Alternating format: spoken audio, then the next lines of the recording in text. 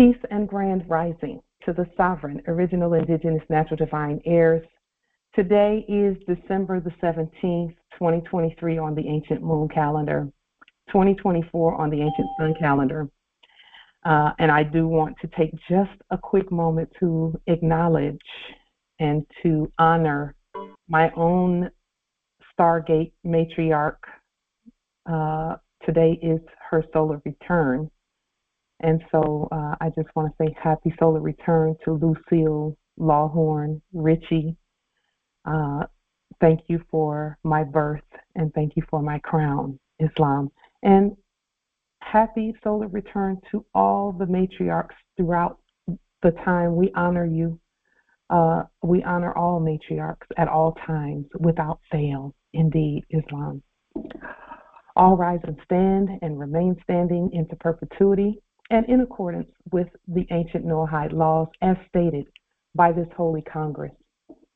This is a sovereign living ancient Article 3, Moorish American Al-Moroccan Universal Court action. We are the divine sovereign living justices and Ego Sum Pauline Denise Ritchie. My free chosen sovereign appellation is Light Tajiri Bay. All are in capitis diminution nolo in red ink, in propria persona sui juris, in proprio solo, and in proprio heredes. We are capit et corpus juris legalis, which is our statement that we are the lawful and legal natural head and body for our empire. All Moors are the divine, original, indigenous, sovereign, ancient, Al-Moroccan, Moorish American ascendants of the great pharaohs of Kemet and of the ancient Moabites, Canaanites, Israelites, Hamathites, Cushites, and Hittites.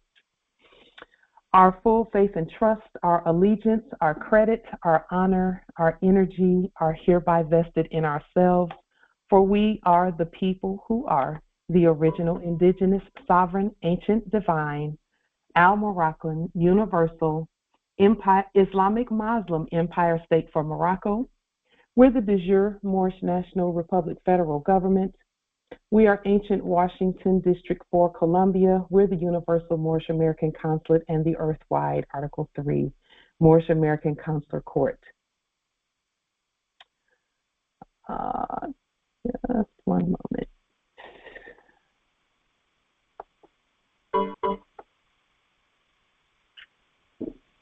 Today we are exercising the law by our sovereign status, which is the original, indigenous, natural, divine, sovereign, ancient Article 3, living United States District for Columbia Court, and we're the sovereign fiduciaries. We are the original creditors. We're the executors, trustees, ministers, divine possessors, and title trustors for all causes for action. We are peace. We are one nation, one state, one empire, and one God. We hereby recognize ourselves, which is all that it takes for universal recognition to be acknowledged, and we accept our own sovereign divine ascension. We do hereby possess in our custody all land, all natural resources, and all commerce. We, the true living God nation, are not at war, and we hereby exercise all eternal, ancient, sovereign rights at this time and at all points in time, nunc pro tunc. The principles that we share are not just our opinion. We have removed all dead actors from our minds, thereby freeing ourselves from the presumed foreign bondage and presumed enacted psychological operations. Along with our sovereign, powerful demonstrations and study, these laws and processes that we share are based on principles of stare decisis, res judicata, ancient positive supreme law for the land long established in sovereign order. Erudite principles and processes for daily practical application to intelligently govern our vast estate is what our ancient ancestors have given us to share with the nations, states, empires, tribes, clans, and governments at earth. For this, we are grateful.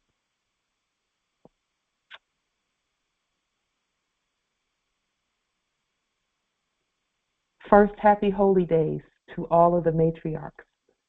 December the 21st is quickly approaching. That is the Christo Mas Day, the Christ Mother and the Christ Moors Day. And for that, we are grateful.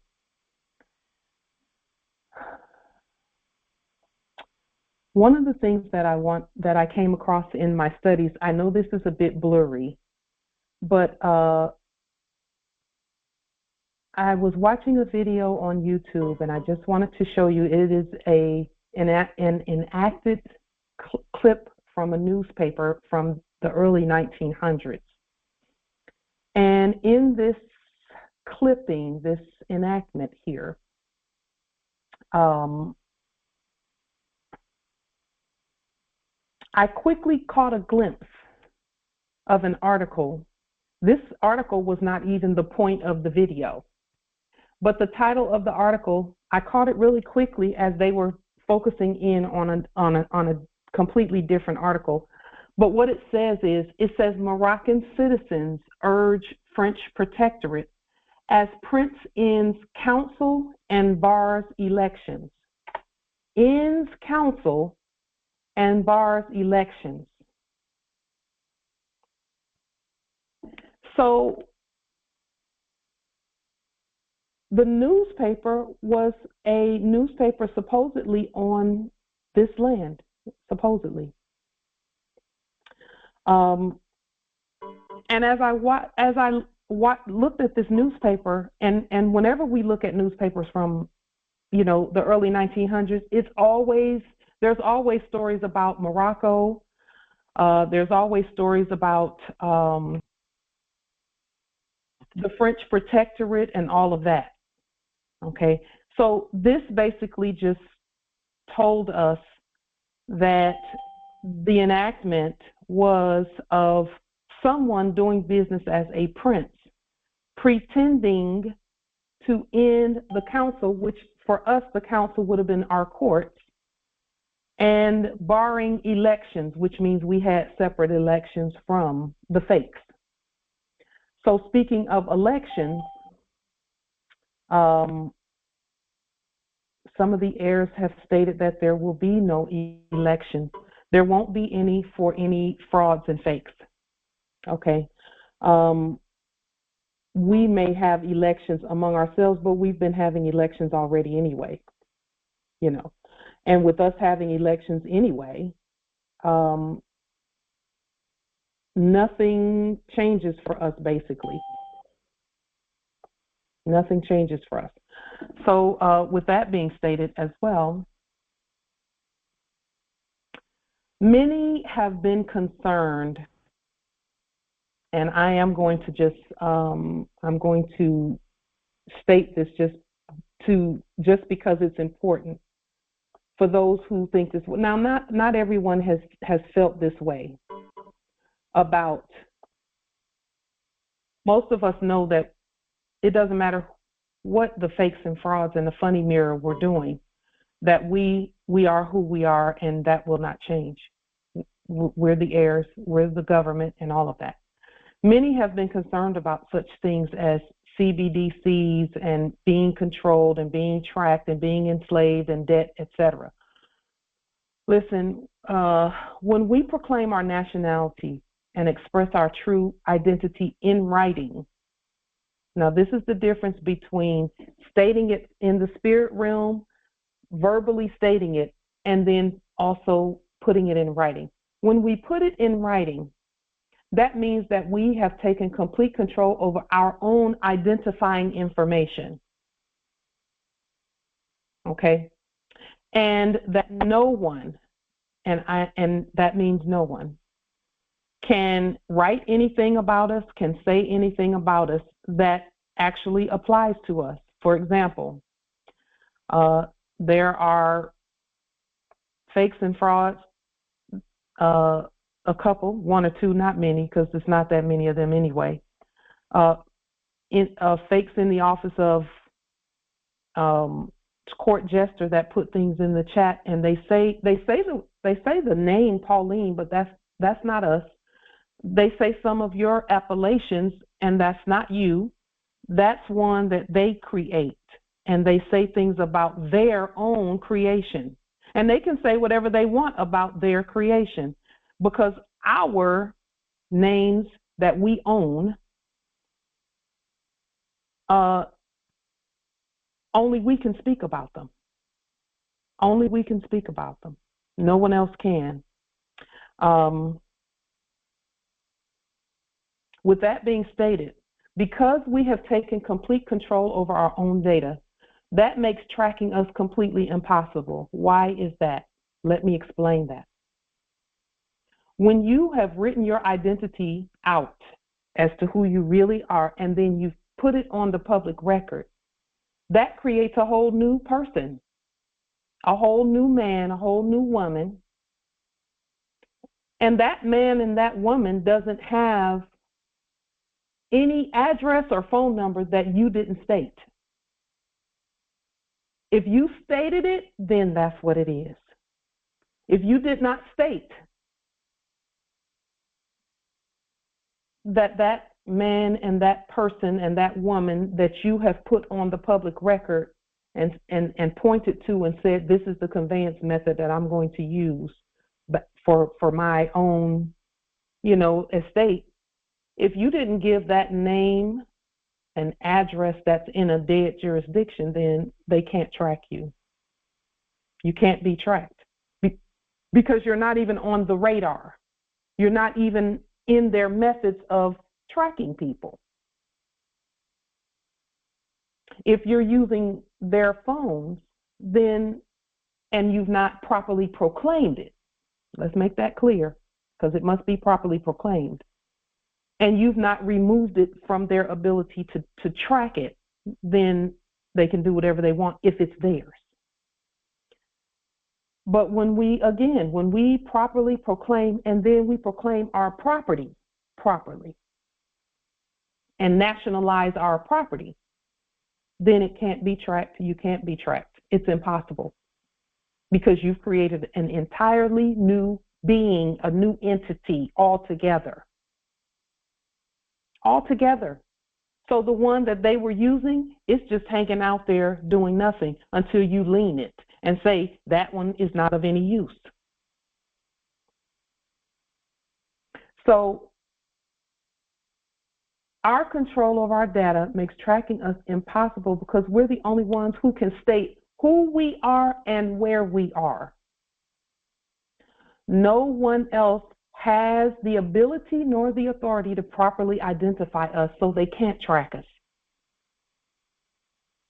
When we first nationalized, we knew that at first, because we were still in the process of learning the processes and things of that nature, we knew then that we couldn't be, we knew we couldn't be tracked. But we didn't care whether it was being tracked or not. We didn't care. We didn't care. Why? Because what can they do? Nothing. So what? You know where someone is. Okay? You can't do anything to them. That's obvious because we're here. So, and then they cannot see beyond the dead jurisdiction. They cannot see us in the living jurisdiction and the land for the living. We cannot be seen, we can't be tracked, we can't be followed or anything of that nature. So we, however, can see and identify them as subject to our authority. Okay? As subject to our authority. That will not change. It won't change. So they want, the dead from the last era were wanting our attention and things of that nature. We have the entire, correct, Noble Phoenix says, nor can the dead summon the living at any time. That is correct. They're not even talking to us. They're talking to something they created, a dead corpse that they created. The name sounds the same. It looks like it's spelled the same and everything, but if we didn't create it, it doesn't have anything to do with us. However, we do rebut those with our living state and status, and then we make sure that they know that they are subject, period. When we create ourselves, because see, that comes from the Biblios. Let us go down and make man in our image and after our likeness. Pauline Denise Ritchie that I've created is in my image and after my likeness. It's not me, but I can use Pauline Denise Ritchie anytime, whether it be in all capital letters, all lowercase letters, in capitis diminutio minima, which is capital letters and lowercase letters together. Our fate is in our own hands. All others are muted, just like they are now. See, we muted them, and you can't hear anything from them. We muted them. And when I say muted them, I'm talking earth-wide. Now, if we choose to look in that direction and see and look in the funny mirror and see if they're saying things, then that's a different story. But no one has control over our destiny, our fate. And fate for us, fate and faith are the same words. And faith is a financial term. Faith and confidence and trust, those are all similar. Speaking of being tracked, did a little research. And prior to consenting to cellular phone service, all telephone numbers were going through something called the public switched telephone network. The public switched telephone network. And that was when telephone service was a basic free service or prepaid service. And when I say prepaid, it was the public did not have to issue any Federal Reserve debt notes for basic phone service. And we still don't. We still don't have to. But we must go back to landlines. Landlines. A landline, and we do that first, and then we can use our technology to do whatever else, create whatever else, because the infrastructure is already out there for everything, cell phones, wireless, and all of that. We were doing that way back in the day. All we're doing is re-accessing that which has always been. So the public switch telephone network. It works by using underground copper wires that are hardwired from homes and businesses to switching centers where the phone calls are connected to each other. And the switching centers, just one moment. The switching centers are actually automatic. They're automatic. In other words, it doesn't require an operator to be there. Whenever they were doing operators showing up and things of that nature, that was a third-party interloper situation, because we had been doing that. We had been making phone calls long before that, very long before that. So what we're doing is just looking at that. Did you also know, and you know, for some people this is basic knowledge, but for many of us, and I'm saying us, we knew that this was the case, but we could not really explain it, that telephone numbers were coding for locations, but we had to state where that location is when we fill out the quote-unquote application for the phone service. We would state where there was always an address on there. And so that was on the application is where everything, you know, that points to jurisdiction, right? And it's interesting how on the applications, whenever it came to the state, they would put a very small box as if to coerce you into putting a 2-letter state there, which does not exist, right? And so this 2-letter state situation from the last era, that enactment is not a real thing, but it was a way for, because it was their form, and that's why we don't fill out their forms. What we do is we restate them. That form was designed to enslave, really. It was designed for that. And we did not know that. So, and then by the same token, 911 calls are automatically routed to public safety answering points, which told emergency workers your address based on, again, the application that you filled out in the past for that landline. Public safety is a right. Therefore, basic public telephony is a right. And I say telephony because that's what it was called at first. We can call it telephone service or telephone, public works telephone, public telephone. It's actually, that's what it was, public telephone. So, just one moment. So with that being stated, what we're doing is just looking at the way things are set up and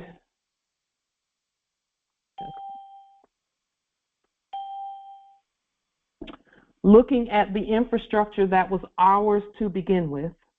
Okay, it was ours from the very beginning, and we're just uncovering it. We're just uncovering everything that was ours.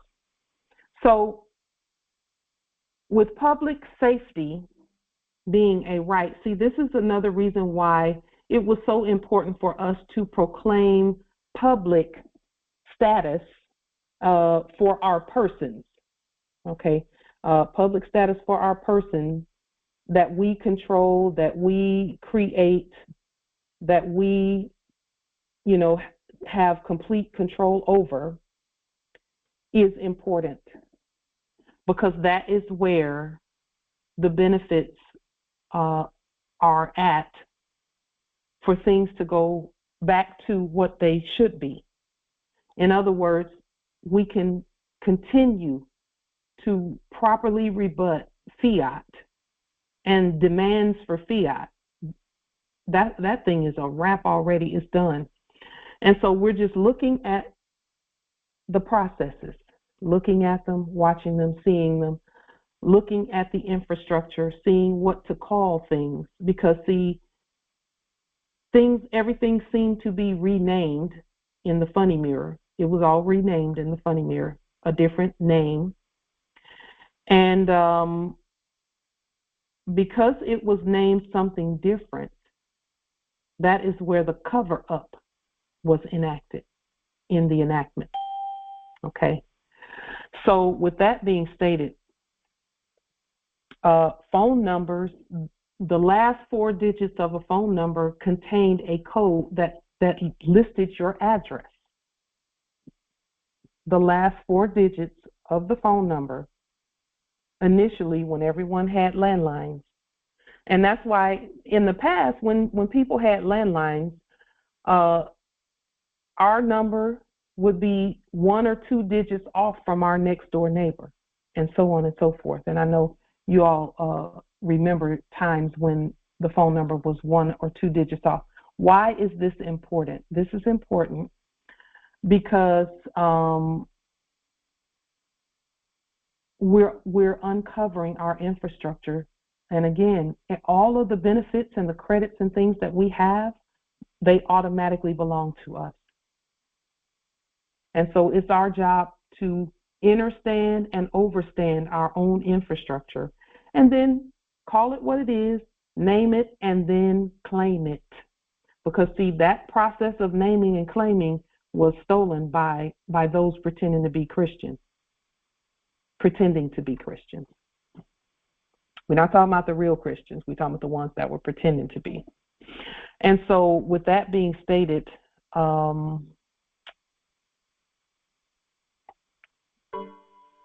just a moment. The reason, again, we're looking at this is because all it takes is for us to properly name and claim that which is already ours. And when we do that, the things that are already ours manifest. And we know that. We know that. Islam. With that being stated,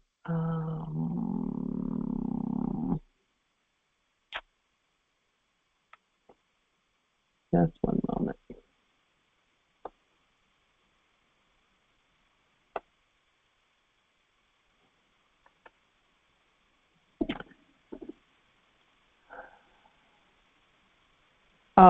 I'm not sure if you all had the opportunity to watch our Grand Sheikh Taj Tariq debate on House of Reawakening Minds this past Friday.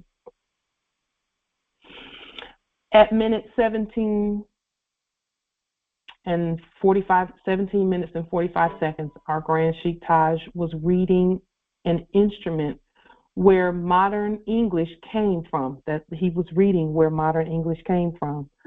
And that there was the original ancient English derived from the Druids. Okay, and the Druids were original, indigenous, so on and so forth.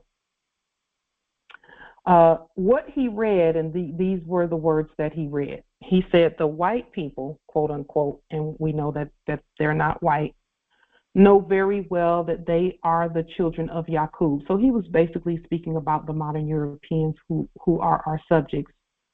And he said that they do not need to have to be told so, that they are the children of Yaqub. They already know that. They, the hybrid Europeans, give hints about this knowledge in books, so you can see the pathways and avenues of acquiring the knowledge of where they came from, how Yaqub created them, and Yaqub was just one of our ancestors. Our Grand Sheikh, and this is a quote from him right here, it says, but to make the pathway dark and rough, the Europeans and or the Aryan priesthood changed the language to modern English as a smoke screen. The original English was derived from the ancient language of the Druids, beings who were known for their terrible mystical sciences, which means they were Moors and Moorish scientists. And then he referenced Genesis or Gene Isis, 35th chapter, verse 10, and Gene Isis or Genesis 25, verse 25, as proof of what he was stating. So those were his words exactly.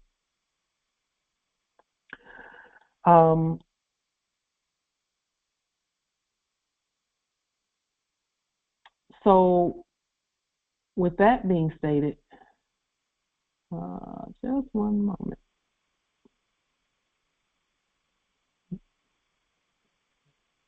Okay.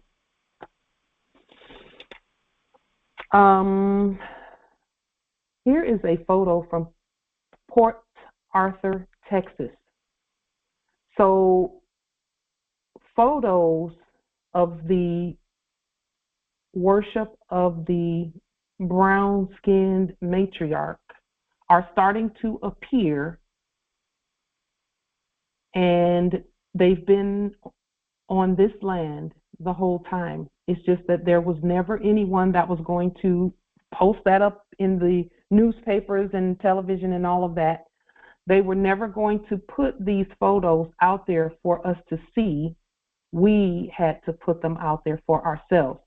This is actually proof that the matriarch, that everyone on this land has known that the matriarch is God. Everyone has already known that. That's not a secret. So when you go to Port Arthur, Texas, you will see this statue, this presentment of the matriarch and one of our sons presenting a gift to the matriarch. And then I know this is not as clear as it could be, but underneath the matriarch's robe is the sun. is one of our sons here. Okay? Yes, Empress Karima, Virgin Mary Guadalupe. Yes, indeed. That is who that is. And she and he both, and the son that's pictured here, look like the original indigenous on the land, which is the Moors. And again, these types of presentments have been on this land since time immemorial. But corporate, quote, the dead from the last era are going to they were trying to deny that we are who we are. When all we really had to do was travel a little bit on the land to places that were not commercialized by foreigners in the past. Now, that's not the case today. We've proclaimed all land, all natural resources, and all commerce, Islam. Our Grand Sheikh also mentioned the Mummers Parade. He speaks about that quite often. I'll put in the chat a link to a video where the modern Europeans are stating that the Mummers Parade is a parade where master and slave change places. Master and slave change places. And with master and slave changing places, I thought, well, let's look up the word mum and mummer and all of that. Let's look that up. Mum means be silent as an interjection. Mum, be silent. Don't say anything about the fact that the Moors are really the master. Don't say anything about that. Be silent. Mum's the word. Say nothing. Remain secretive. Mum, silence. And here, mum, mamen, to mask. Mamen, to mask. To wear a mask or costume in fun, specifically to act as a mummer at Christmas time. Mum, said to be named after a Christian mum who first brewed it at Brunswick, Germany. It's a strong beer made of the malt of wheat with the addition of a little oat and bean meal. And then here, mum means mother. Mum means mother. As a noun, it's mother. As an adjective or an interjection, it means silence. And they have it here as a noun as well, silence, mother. Let's keep calling it out. Because, see, that's what a Mummers Parade is about, is that everyone participating in the parade is being very quiet about the fact that they know who they are and they know who we are.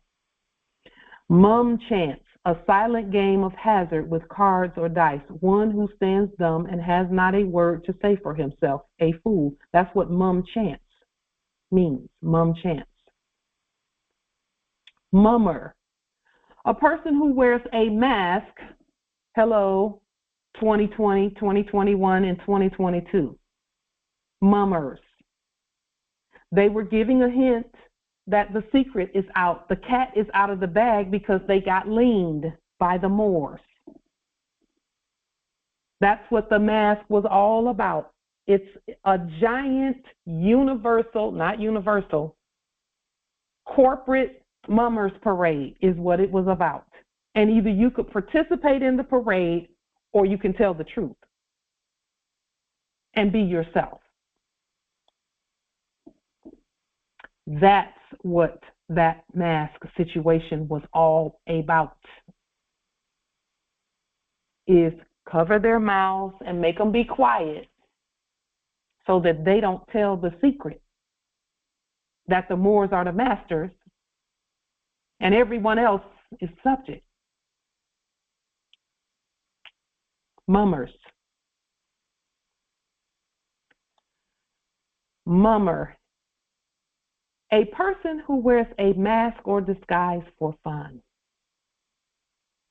Specifically in England, so now you know, any of the masked or costumed persons, not people, but persons, who travel from house to house as at Christmas time, acting out short pantomimes. Humorously, any actor.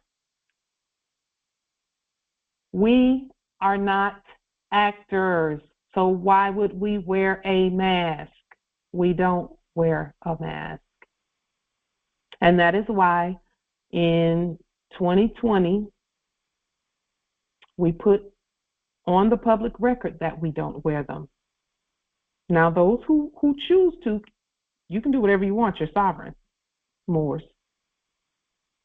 But we put it on the record in 2020, and it's on our channel at Light Tajiri Bay on YouTube, where we stated that mask, we didn't say mask was the law for us, so it's not. And it wasn't, and we didn't. Look at this word, mummery, mummery. Mommery, from mommer to mum, performance by mummers, bid bond, payment bond, performance bond. So bonding the performance of actors versus bonding the actions of the living. That's why we changed it from performance bond to action bond. That's why, right there. Because we're not actors, we're not wearing masks, we are who we are. Any show or ceremony regarded as pretentious or hypocritical. And we're not pretending and we're not hypocrites. And that is why we chose not to wear masks. That's why we chose that. So there's another word. Just one moment. Let me copy that because we do want to take a look at that at a later time.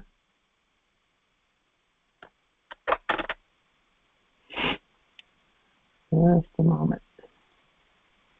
Okay. Mummery. So this word came from England, just so that you are aware. It came from England. And when we say England, we're talking about the Moors at England giving the subjects permission to act this way.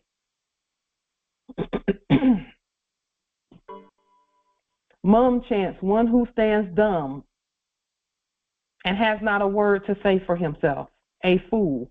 Only a fool would be quiet and let an attorney, someone acting as a mummer, acting as an attorney, speak for them. When we are perfectly capable of speaking for ourselves. Perfectly capable. Are there any questions, comments, wisdom before we go on to the next matter? Just one moment. Let us take it out of lecture mode and put it in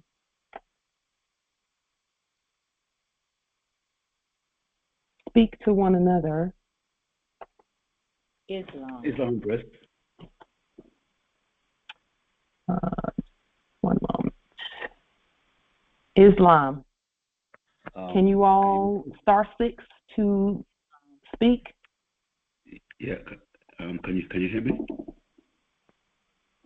Hello. If someone could. Yeah. Why is your eye still fucked up, Pauline? You look all fucked up. What's wrong with your eye, bitch? Just to make sure we can hear one another. Come on, Pauline. Tell everybody what's wrong with your eye. Go see a real doctor in the real world and get your eye fixed before you go blind. Let's see. What's wrong with your eye, Pauline? I thought you were using if you're sea speaking, salt I on cannot it. hear you. I thought sea salt was fixing your eye. I thought sea salt was fixing your eye.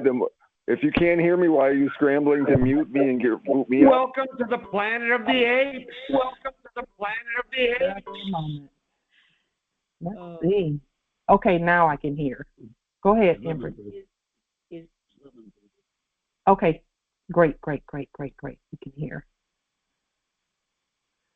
So, Islam Justice Kansu, Can you open up the call? I want to get it on my computer. I've got it on the phone. Just need to get back on the call on the computer. Okay, it's open, Nobility. Islam. Shasha. Oh, I just How wanted. come you can't get custody of that conveyance? Just one moment. Or Shasha, why don't you have custody of? Go ahead, Empress Shasha. I just wanted to add that mask is an anagram for scam. Yes. Yes, it is. Yeah. It is. That's just my thing. And I grew up calling my mother Mummy. You grew up calling your mother Mum? Mummy. Well, Mummy. Yeah. Yes, that's very English. Very English. And then we got to a point where it's like, no, I'm not calling you Mummy anymore. That's childish. So yeah. then we, changed it to Mum. But and then of course, yeah, the term to be Mum and Pauline. Yeah. But I wanted to add the piece, the whole mask and scam, they're the same thing. Yeah. Nothing ever changes. It keeps promising. Indeed.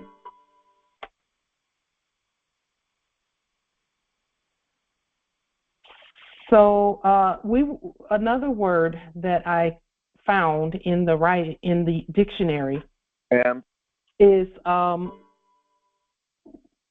muniment. Muniment, a fortification, defense, protection, from the word munire or munire, to furnish with walls, to fortify, a means of protection or defense. In law, a muniment is a writing by which claims and rights are maintained, are defended and maintained as a deed or contract. So if you feel the need to defend anything, a muniment would be what you would use. However, we're not at war, so there's really nothing to defend. But I just found the word interesting that it mentioned deeds and contracts as You're a total liar and a fraud. As a part of the definition, Islam. So our next subject matter, really quickly, I just You're a liar and a fraud. Bring some things to your attention.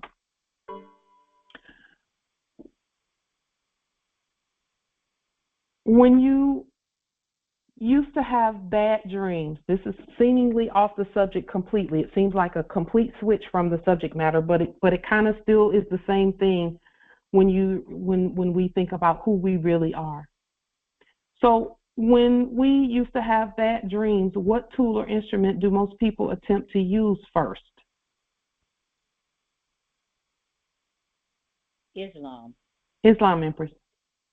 Well, when I used to have bad dreams as a child, my parents would actually open the Bible, and I didn't dig into what they were, but they would read a psalm and I remember one time my own self as a grown up now having a bad dream vision and just knowing just the voice saying I needed to state the Lord's Prayer, but I couldn't remember it, so I had to ask my spouse at the time to help me. But I remember that for my own self. But my parents always would evictions, foreclosures, read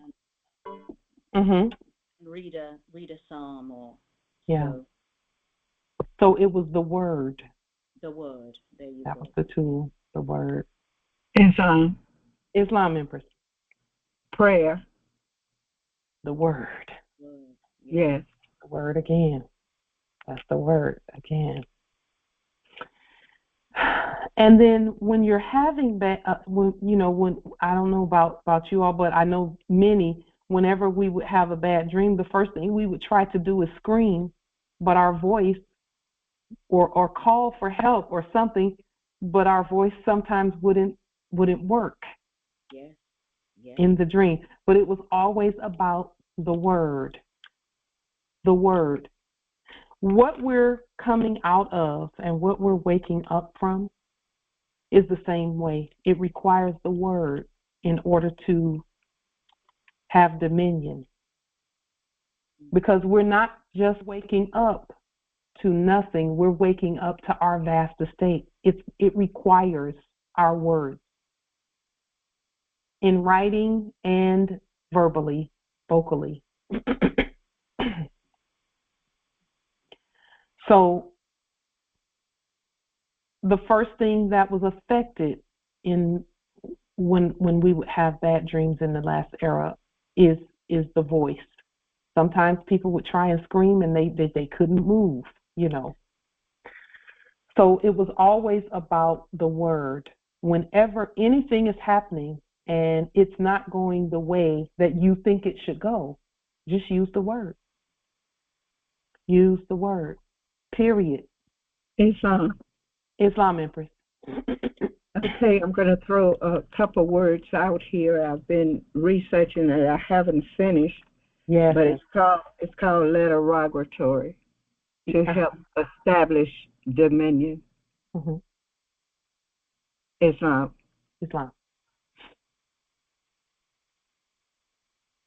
Letter of rogatory. Right.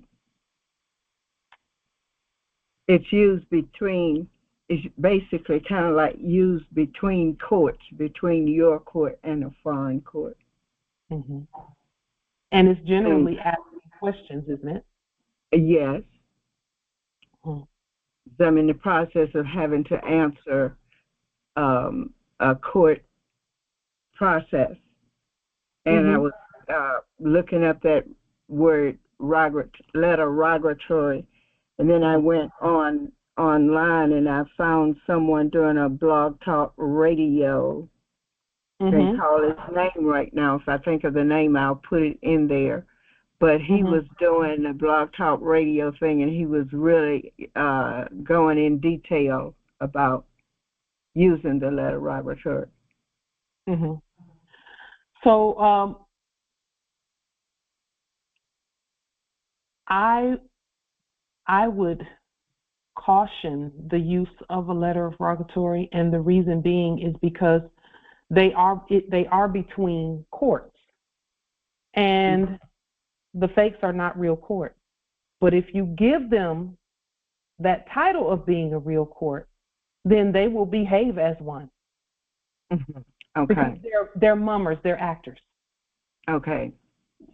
So that's the only reason why I would I would never use a letter of rogatory. Never. Okay. Unless I had an issue with another Moorish court, that would be, then I would ask questions and, we would dialogue and talk it out, court to court and things of that nature, government to government and so on and so forth. But when it comes to the mummers, the actors, okay, I wouldn't, because they're not a court.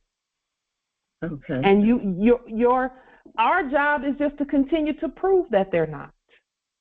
So we just address them as subjects? Yes, because that's who they are. That's their real identity, unless they're wearing a mask as a court.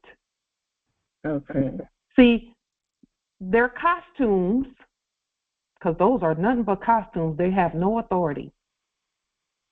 Those costumes that they're wearing, that they were wearing previously, rather, that's not real. That's why it's black. Black robes, black. Even the actors that were previously acting as policy enforcers went from blue uniforms to black. Okay. They know that they know that. They know that. Okay. Thank you. Yeah. Islam. If your spirit, Empress, and this is one thing we must say this because we can't miss this part. If your spirit is saying to demonstrate a letter of rogatory, then your spirit is your first authority. My suggestion is based on the information that we have regarding the actors. See, we've already sunsetted them as a Congress. That means they're subjects, period. Okay. So then I should, instead of maybe trying to go to court and to their court to deal with them, just lien, levy, and bond? No, I would do that too, but Empress, you just called them a court because you think they are a court. I'm sorry. I know that they are not a court. It so is I should, your word that they are identified. Okay, well, Annie since I know Mae, they are not a court, then I should just lien, levy, and bond prior to my supposed appearance. Annie Mae, I hope you go to court. Notify, and not only that, but whatever it is that they're referencing, you can call a court action that day at that time for them to appear in your court as subjects to your court. That's what we do, we've done that. Even with other Moors, we've done that, where Moors had something going on, where they were thinking, well, what am I going to do? They're they say that I have to be here at this time on Zoom or whatever. So we would just put on our judge's robe, our white judge's robe, our turban and fez like we always do. And as soon as the lights come on, all rise and stand and remain stand. We don't even give them a chance to speak because it's our court. Okay. And that has worked. Every single time we did it, it worked. Every time we did it, it worked.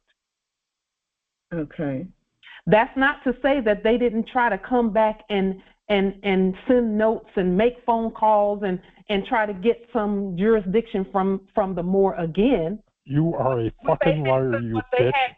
They had to actually try to recontract with the Moor first before they could do anything. Oh, okay. They had to try and recontract because every time we did it, it worked. Every time we did it, it worked. Okay. We did it with a case at Pasco, West Pasco Detention Center in Florida Territory. It worked like a charm. We did it with a Moor at, and we've done it for ourselves, of course. We had to do it for ourselves. Where at the same time that they were saying that that somebody had to be somewhere, we sent something saying, nope, you got to be at our court on that day because we need to know who you are. Okay. And whatever method they were using, Pauline, you're such a liar. Whatever method, they don't like that. They don't like it. They don't like it.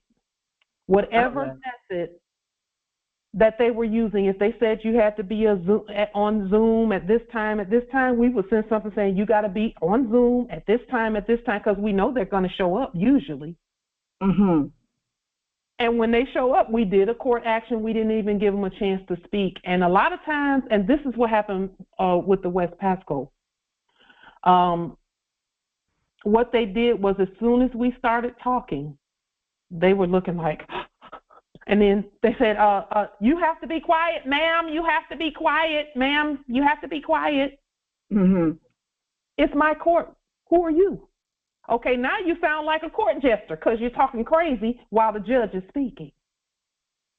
And then after a while, they would mute or pretend to mute, rather, or try and cut you off. But here's the thing. Whenever they would do that, the ancestor said, continue. And I told you all about this when this happened back then. I remember telling you about it. Whenever they did that, we just kept reading out into the ethers our justice and our judgment, and we sentence them. And then afterwards, we send them. You've been sentenced to 2 weeks in jail and a constitutional rehabilitation training class. And then all they would do is try and pick up the phone and get the Moor to answer the phone, or send something in the mail and say, try and get the Moor up out of their, jurisdiction. They would have to try and get a contract. And if the Moor stood, which that particular empress stood, they couldn't do anything to her. They couldn't do anything to her. Okay. So you send that by email and regular mail? We make sure they get a hard copy. Okay. We make sure they get a hard copy because generally there's plenty of time between now and then to just send them a court action stating that on that day at that time they have court. And then what we did was we would tell them that they had to come to free conference call, they had to log on or whatever if they didn't, if it was supposed to be something where you're supposed to go in person, we wouldn't go. What we did was we said, okay, you all have a court action. Here's the information right here. And then at that time, we log on to free conference call and do a court action like we've been doing. It's nothing new. We've been doing it. Okay. Well, I haven't done one, so I might need more to work with me, kind of like one-on-one. I've been listening and I know what's going on.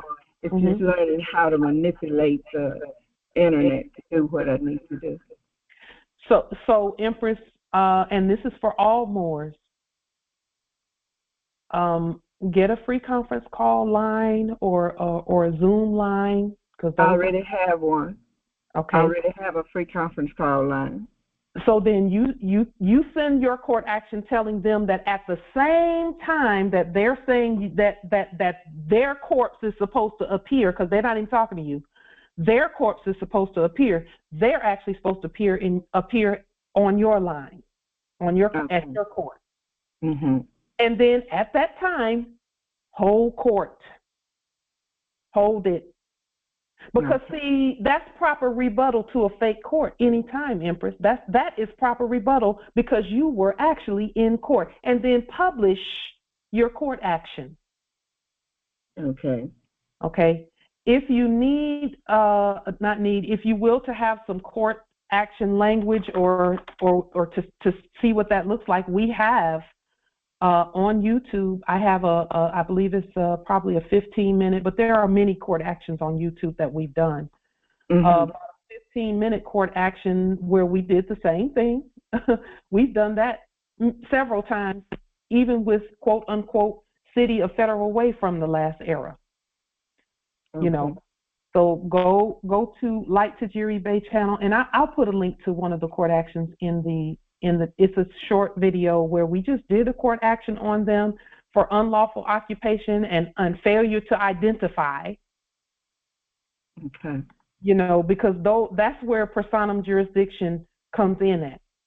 And then we send out an arrest warrant and notify them that it's been done and notify the subject in the office of provost marshal that it's been done if they don't show up. Okay. That is proper rebuttal to anything sent by fakes and frauds and mummers and actors in costume. Here's one right here. This one is 15 minutes. But even some of our initial court actions that we did in the early, 2 or 3 years ago, 4 or 5 years ago, we were doing court actions. We're very proud of the results. Okay. Very proud of the results. Very proud. So now, in the case where the company you're working with has a lawyer working for them, do you notify them both, the lawyer and Yes, particularly those pretending to be law or law enforcement or any of that. Okay. Oh, absolutely, yes. So they're both. I should notify both of them and do the court action with both of them. Yes, call them all in at the same time. Okay. That's how we did it. We would call sometimes 15 and 20 at the same time, subjects at the same time. Okay. To find out, are you acting as a corpse on this land? Are you pretending to be something that you're not? Are you mummering? Are you acting? Okay. This is not England. Not that England. And when I say that England, UK Moors, you all are the best. We're not talking about that England. We're talking about the fake one. Okay. We're the real England, So, yes, here's the link in the chat. I just put it in the chat. Islam, can you open the call, please, for Brother Love? Islam. Thank you. Here's the link in the chat to the video of our court action. And Empress, you can just use the same language and everything that we use, the same process, same language, everything. Okay. From that video right there. Thank you. Islam. We actually have an obligation to our nation to do that. Okay. That is the obligation when it comes to actors mummering on the land and pretending to be a mother when they're not. So when you send it to the provost marshal, you also send it to, what is it, the taxing office, the deeds office, and to the mayor? Because there's a lien involved, yes. Okay. What about the Social Security lady? If you're led to do that, yes, Empress. Let the Spirit lead you on who all to notify. Most importantly, though, it's going to be any fake attorneys, any fake courts, any of that. Those are the main ones to notify. Okay. Those that are pretending and acting. Because, see, they don't have a bid bond to do any performances for us. Okay. They don't have any. Meanwhile, we have bonds on all that we're doing on all our actions. So I'll be doing $100 million bond to Lien, notify them. Do I have to notify them first? What you or do, can I send it all together? You can send it all together, all of it together. Okay. All at once, send it all together. And the bond can be for whatever your spirit says. Sometimes, for example, if they're saying that there's a $10,000 bond or a $10,000 warrant or whatever the case may be, or whatever court costs are, you can do it for that. Or you can just make it an even $100 million. Okay. So, yes, that is actually our obligation. We must do that. See, people don't realize that that's treaty right there. Hey, May, don't do it or else you're going to wind up homeless. Don't. The ones that are pretending to be courts, that they're not courts. Therefore, according to treaty law, if there is a problem between Moors, which is who you are, and citizens, because that's who that is. Those are subjects to you. Okay. Then the treaty 80 years says, old and you want to go to jail. The treaty says that the consul is to decide. You're the consul in the issue. Okay. You absolutely are to decide.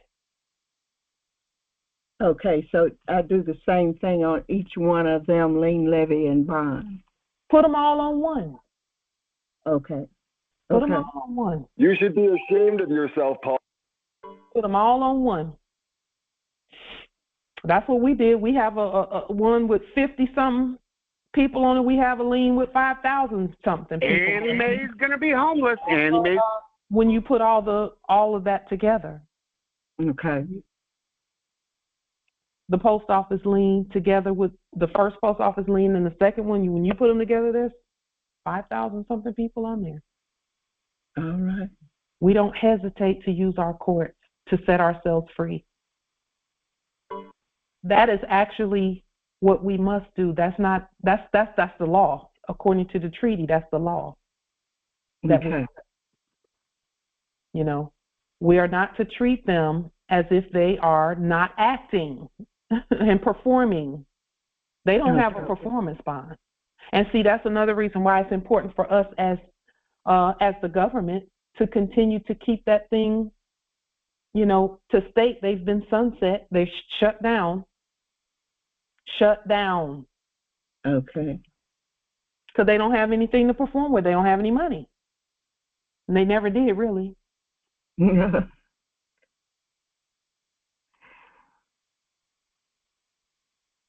Some of them I have sent funds to, and they'll send it back to me. That means they had their hands on it and they know it's real. Mm-hmm. It's real. Okay. See, once they touch it, they're held accountable for it. But Okay. Empress, I will say this about that. You, and this is a suggestion. The ancestors are telling me you're going to be homeless, Annie Mae Scott. Any words that come out of your mouth, Empress, even in the most casual of conversations, you must never give them a title. Okay. Never give them a title. They're not a court. They're not a court. So just refer to them as actors, fiction, subjects. Subjects is a better word. See, once you lean them, that means their acting is done and they're subjects. Once you lean them, that's why the liens are so important. Is what we're stating is we're not paying you any fees to act. You are a subject. Okay. That is why we take the steps that we take. And I will say that they have absolutely worked 100%. And I'm just talking about the ones, not to mention the Moors who've stated that, but also for me personally, they've worked. Okay. They were trying to get me to accept their corpse, which their corpse would have been sitting in jail for 2 years. Can you all hear me? Okay. Yeah. Okay. Someone is saying that. Yeah, that's not true. You may want to go out and come back in, the one who inboxed saying that we're muted because everyone else can hear. So, if we listen, it worked for us numerous times, continuously. It worked for us to be the court. Okay, so in my mind it's saying Lien. Empress, you keep mentioning Lien, the subject that pretending he's judge. Yes. And the mortgage company and their lawyer. Yes. All of those. Okay. The one pretending to be a lawyer. Yes. Okay. Yeah. Gotcha. And Empress, it's okay to send a copy of your bond where you bonded yourself. See, they can't do anything when there's a bond already on your person that you own. Okay. Annie Mae, it's not fake, it's real. You're going to get kicked out if you don't look. Also bond your domicile. Okay. When you bond your domicile at the same time. When I say you, that means your person, and your domicile and your address, and have it written all the way out. Again, the state, all written all the way out, and all of that. So that yes, I appreciate that, because I sent out a group of liens, like when we first started out, with the liens, and I did write everything out. I didn't put any abbreviations or anything in there. Beautiful. It's been about almost 2 weeks now, and I have not received a letter back because I used the postage that we use. Beautiful. Beautiful. Yeah. And just know in your spirit that God has sent the word out. Your word will not return unto you void. But it's not going to work, Annie Mae. It's never going to work. Pay your bills. It will accomplish everything that you send it out to do. Okay. When you know that in your spirit, Empress. Yes. it will work because it's spiritual first. Right. Gotcha. The lien, levy, and bond process also. Here is I'll put a link to one of our videos that does explain the whole process, all three of those processes together. Let's see. Here it is. We actually, in this video, we just show you what the lien, levy, and bond process looks like. It's it's less than an hour. And we show lien, levy, and bond with this particular video. Okay. And I'll put the link to this video in the chat also, so that you can see all three of those processes and how they work together. Okay. What we're doing is removing the fraud and putting truth in its place. That's what those processes do. All right. And it causes positions to switch. Speaking of positions, have you ever gone through a drive-through? Let's say you're going out and you want to get a bite to eat. What's the question that they ask? And this is for everyone, just to think about. Think about this, because we're going to look at it for just a moment.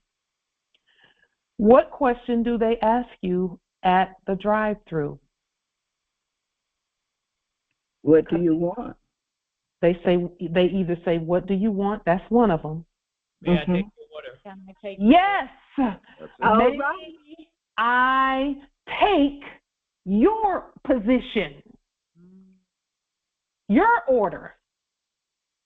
And some people who will say, "Oh, that's ridiculous. They're just wanting to help." No. No. Let's look at that, because see, once the fiat kicked in, because that's what they were expecting at those windows. When the fiat kicked in, then they could say, "May I take your order?" And foreclosures are in your future. And "May I take your order" means may I take your position. Because see, they could have very easily said, "How may I help you?" or "How may I assist you?" Or they could have used any other language, but the language was meant for us to continue to enact giving up our sovereign authority. Let's look at because that is what they call witchcraft. That's what we call witchcraft. Witchcraft means what are they really saying? Are they saying this innocent thing, or are they really stating and claiming your position? "May I take your order" is similar to "give me your name." And "may I take your order" is a Fifth Amendment takings clause question. The Fifth Amendment to the Constitution is about all capitalized letters. Okay. And their use in a fake court, Empress. Their use in a fake court. Okay. What does the Fifth Amendment say? It says that no one shall be made to answer for a capital. That's an all cap. That's like what they sent you, Empress. I don't even have to see it to know it's in all capital letters. Of course it is. Okay, the Fifth Amendment, Empress. Okay. What does the Fifth Amendment say? Eviction and foreclosure, and he made eviction and foreclosure. What does it say? Let's read the Fifth Amendment. Okay. I don't have it in front of me, so I'm about to pull it up right now, Empress, because this has been the issue in corporate media. They reference something called the Fifth Estate. Okay, because an entire estate was enacted as being taken based on this right here. Okay. The Fifth Amendment breaks down into 5 rights or protections. Okay, and that's someone's. They want to explain it to you and all of that, but this is what it says right here. It says no person. A person is all caps name or in capital diminutio minima even. No person shall be held to answer for a capital. Empress, that's all you need to quote right there in your documentation, really. Because see, they're trying to get you to answer for a capital. A capital is an all caps name. Right. But that's against the Constitution. So what we do is we rebut it. That's why we use our court and we come back and say, who is it that's, because see, we're enforcing the Constitution when we do this. And that is our job. No person shall be held to answer for a capital or otherwise infamous crime unless on a presentment or indictment of a grand jury. Has a grand jury said anything to you about anything? No, they didn't even do the process correctly. Okay. The due process, they didn't do that correctly. Of course not. They're incompetent. Why would a sovereign go to an incompetent place? And it's like going to the zoo, to the monkey cage, and asking them to do some things over you. Okay. And it says here, now listen, this is where they were doing their enactments and slipping under the rug here.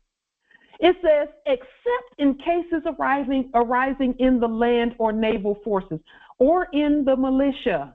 That's why we're not at war, Empress. We're not at war. That's number one. We're not lost at sea, so it's not about a naval force.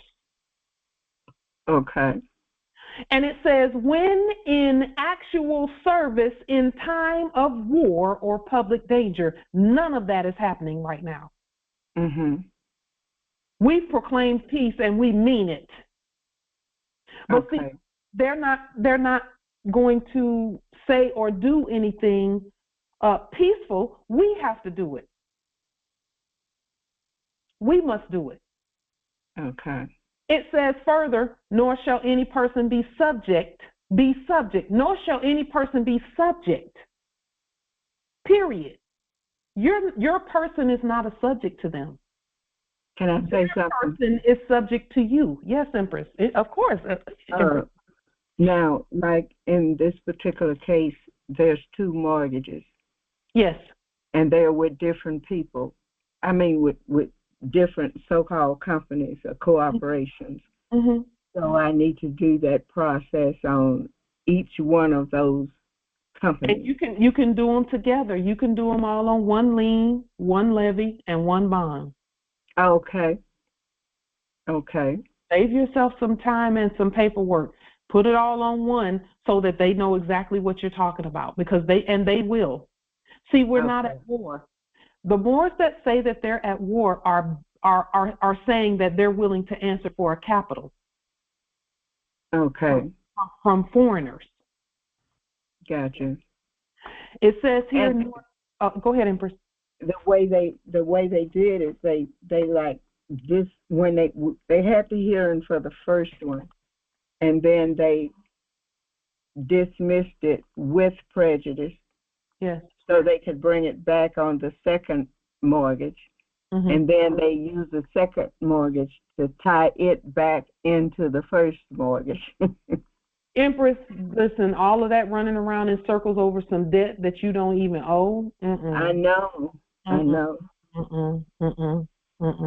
No. And all they're really doing is giving you, that's the ancestors giving you the time to just absorb the information and then demonstrate it.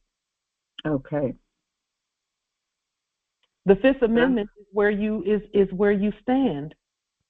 Okay.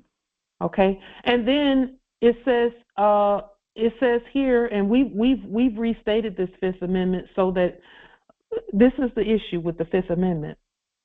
The Fifth Amendment, let's just finish reading it. It says, nor shall any person be subject for the same offense for the same offense to be twice put in jeopardy of life and limb. Empress, what you just described is twice, not twice, 3 times. It is.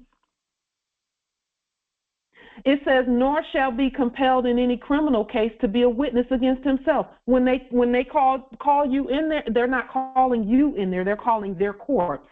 Their corpse, if you accept that identity, Empress, then all of this will apply, and the Fifth Amendment won't be able to help. Okay. You see? Mm-hmm. And so it says, nor shall be compelled in any criminal case to be a witness against yourself, nor be deprived of life, liberty, or property without due process of law. Due process of law is you calling them into court. It's not the other way around. That's not due process. And that's why they don't have to do it right. They're not real anyway. Okay.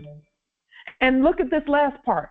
This last part says, nor shall private property be taken for public use without just compensation. This is the part that we restated, and we said that public property cannot be taken without just compensation. Well, our domiciles, listen, in the last era, it was still really kind of public, simply because they could kick doors in when they felt like it. They could do whatever they wanted. They could come in when they felt like it.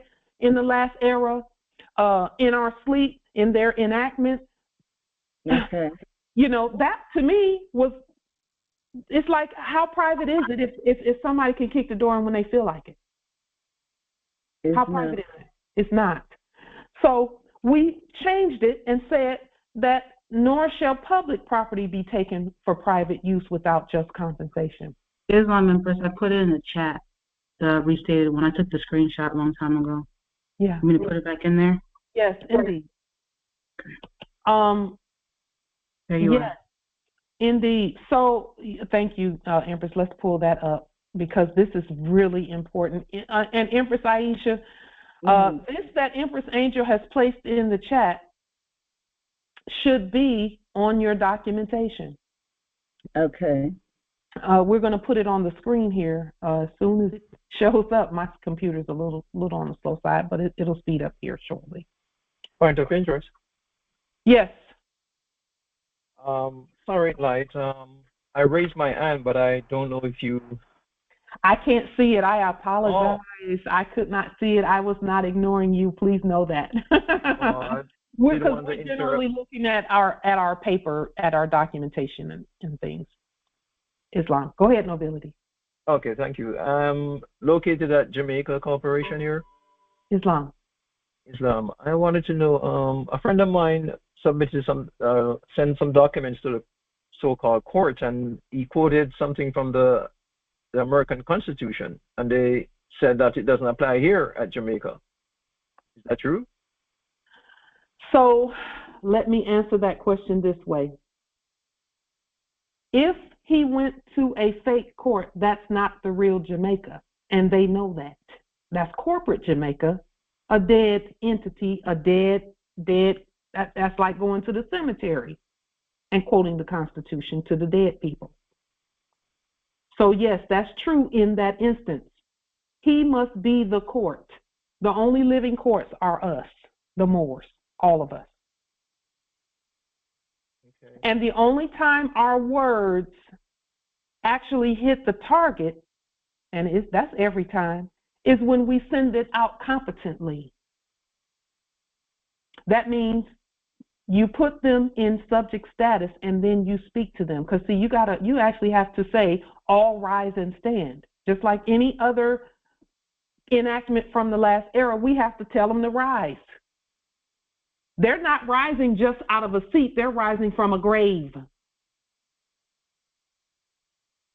And as that principle is demonstrated, the real Constitution applies in our courts.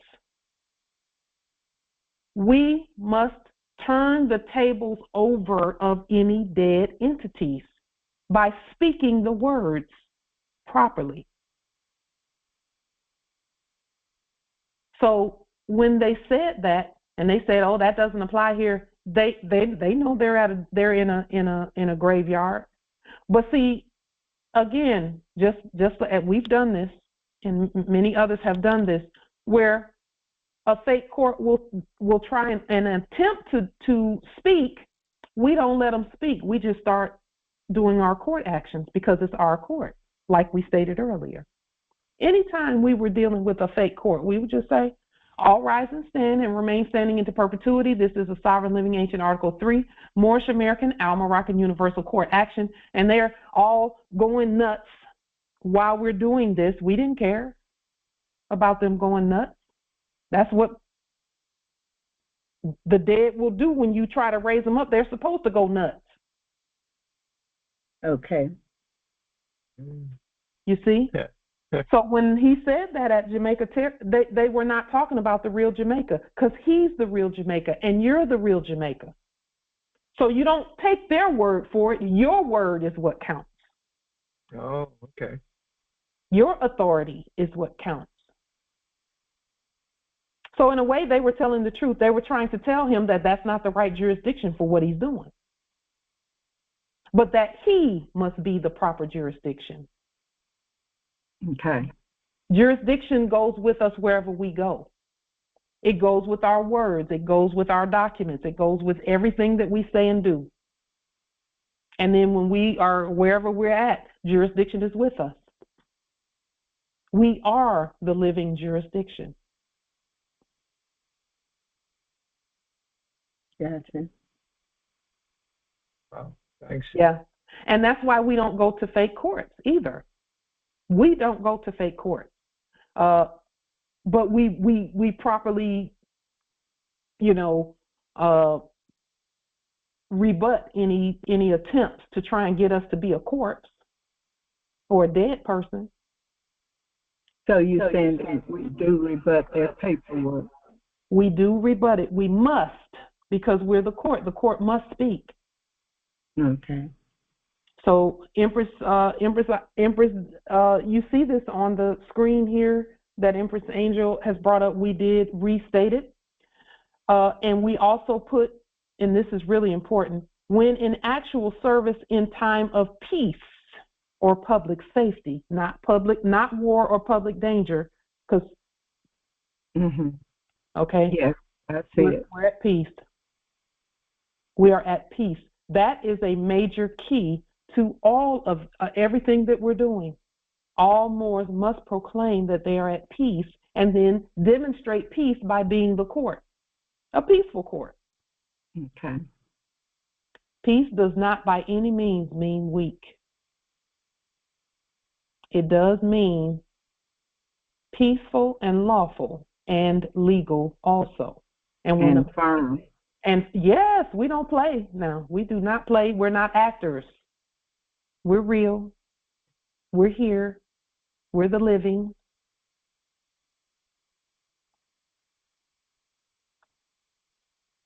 So for anyone who has, where there's some foreign something trying to get you to first be a corpse, you must respond by stating who you really are.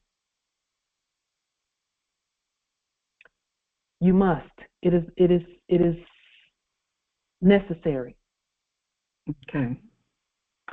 That's actually the law. That is how the law is actually demonstrated on our land. Thank you, Empress Angel. We appreciate your astute quickness and effectiveness in all that you do. Islam. Islam, you're welcome. Always welcome. Yes, indeed. Islam, Empress. Noble Aquila's trying to get back in. Islam. So let's look at this. May I take your order a little bit, just because see, in the Biblios,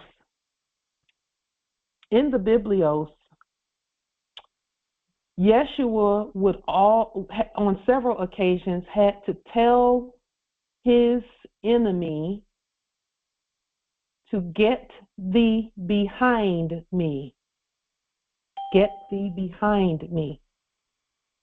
So that may I take your order situation is that. That's what that is. We could easily say, no, you can't take my order, but you can provide this, and this, or give this, and this, or I will to have this, and this. Our language must change.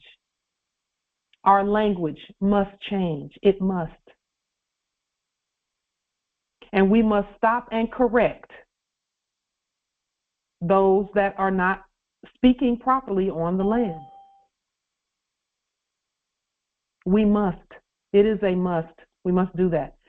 The demonstration that we did a few weeks back, where we went out and we gave you the names of the places that we went,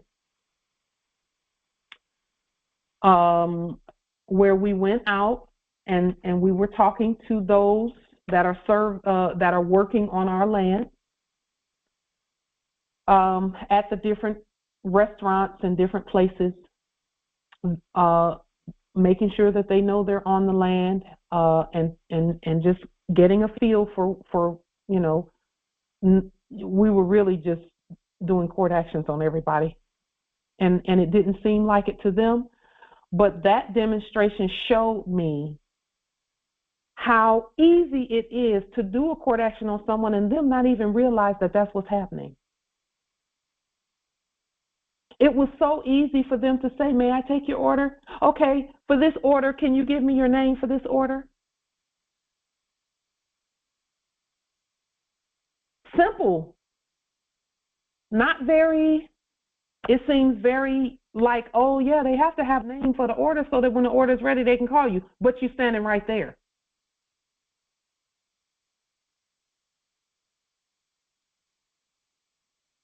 So, order, from the Middle English and Old French ordre, from the Latin ordo.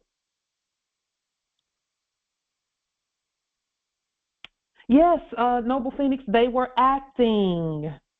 They were acting nice, but doing court actions at the same time and trying to enact taking someone's position and someone's sovereignty and authority and power.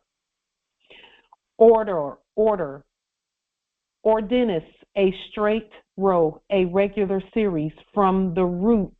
The root of the word order is or.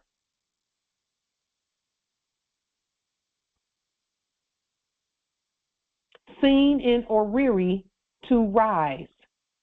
So that's why we call it witchcraft, but it's this kind of witchcraft. When you say this or that, that means which one? Which jurisdiction? Which name?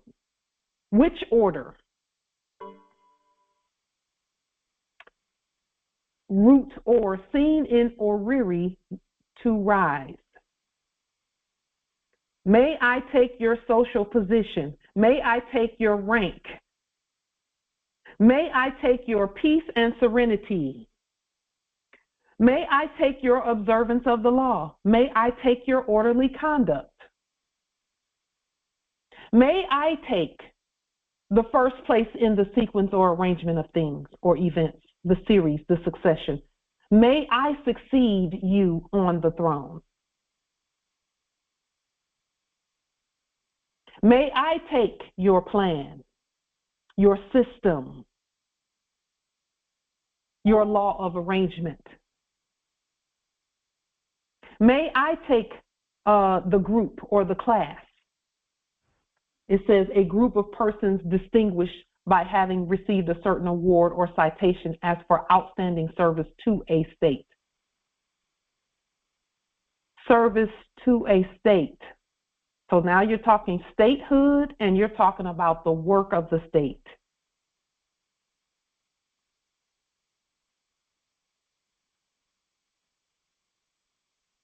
Number 8, a state.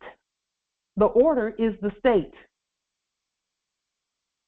That means, may I take your estate? And then you get a burger and fries in exchange for it in the enactment.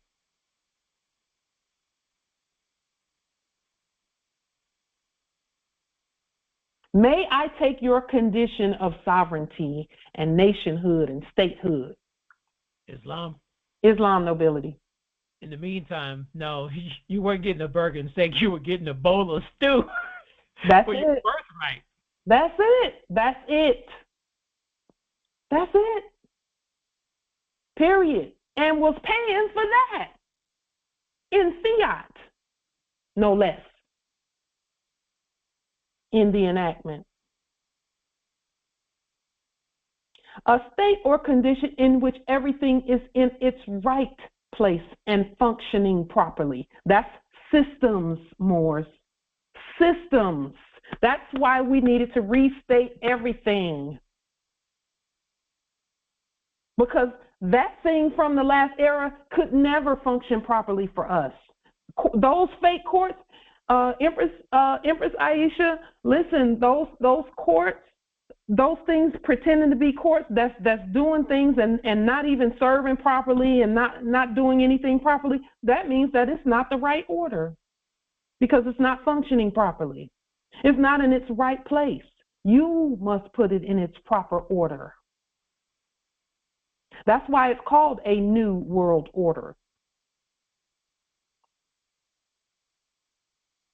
A condition or state in general. Now look at number 10 so that we know really what was happening. A command. A direction or instruction usually backed by authority. That's why you could go into a fake McDonald's somewhere,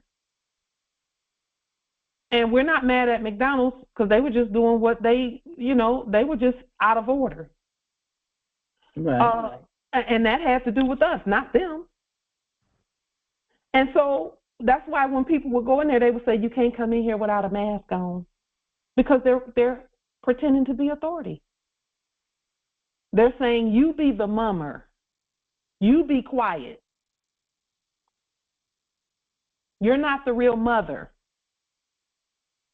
That's what they were saying with that whole mask piece. So we just rebutted it properly. Properly. Okay. May I give you a command? What? From what? From the greeter at Walmart at the door. Really? No. No.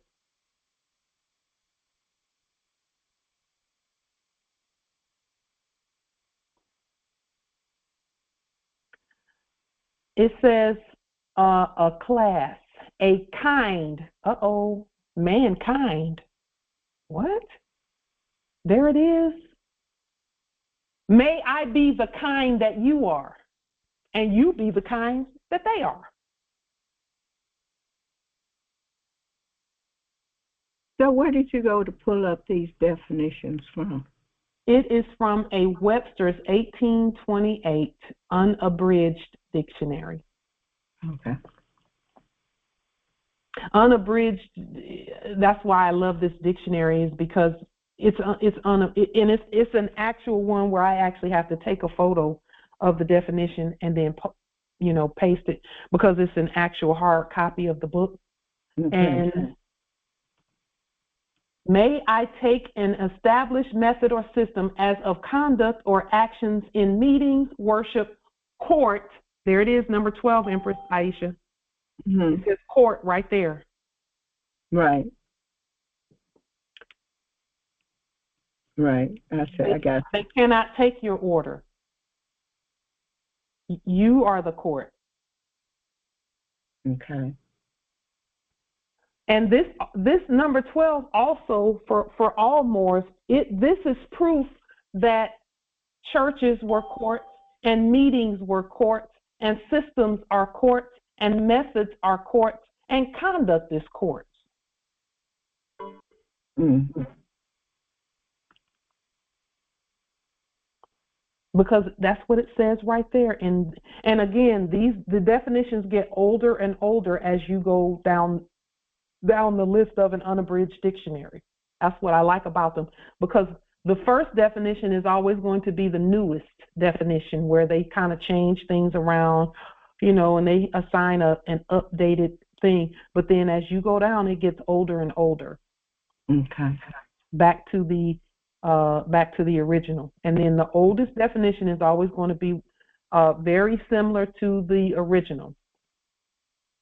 Number 13 says a request or commission. Co-mission. That means two people on a mission.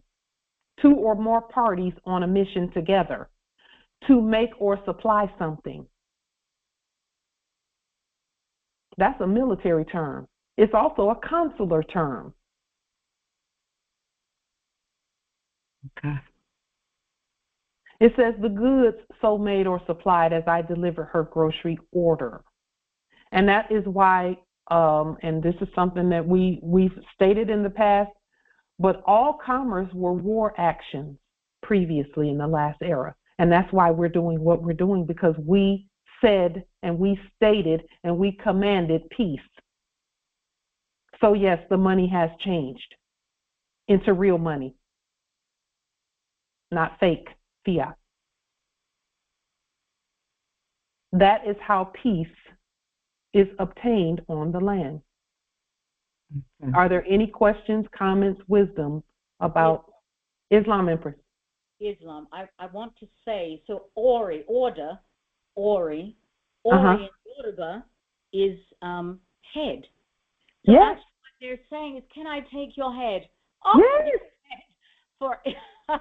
So that's exactly, really, I mean, all of those definitions break down to the same thing. I'm taking your... Empress, spell the word that you just said. I believe I heard you say. O-R-I, Ori. Okay. O-R-I, Ori. And then, go ahead, Empress. In Yoruba, Sui, I believe also, but it means head. And it's also the root of orientation, orient. Yes, yes. So, yes. Y-O-R-U-B-A and Sui, T-W-I. It's one of those. So T-W-I is the other language. T-W-I, yeah. Ori is the word that means head, yeah. Wow. I thought you were saying aura because that means the energy coming from your body. Right. And there's probably a connection there because they have the same sound, do they not? Yes, they do. And someone put in the chat original. And original. Yeah. Come on now. That's why we say original instead of aboriginal. Because and then this is the grand rising or Riri. Riri. That's what made me see. And it's to rise, and the head is on top. Yes. That's Islam. Beautiful. Islam nobility. And further in there too, under origin, the first existence or beginning of anything as the origin of Rome. And in history, it is necessary, if practical, to trace all events to their origin. That's good. Right back to the head of the Genesis. Yeah. Origin. Yes. And for those who like food, hors d'oeuvres are the beginning of the meal. They come first.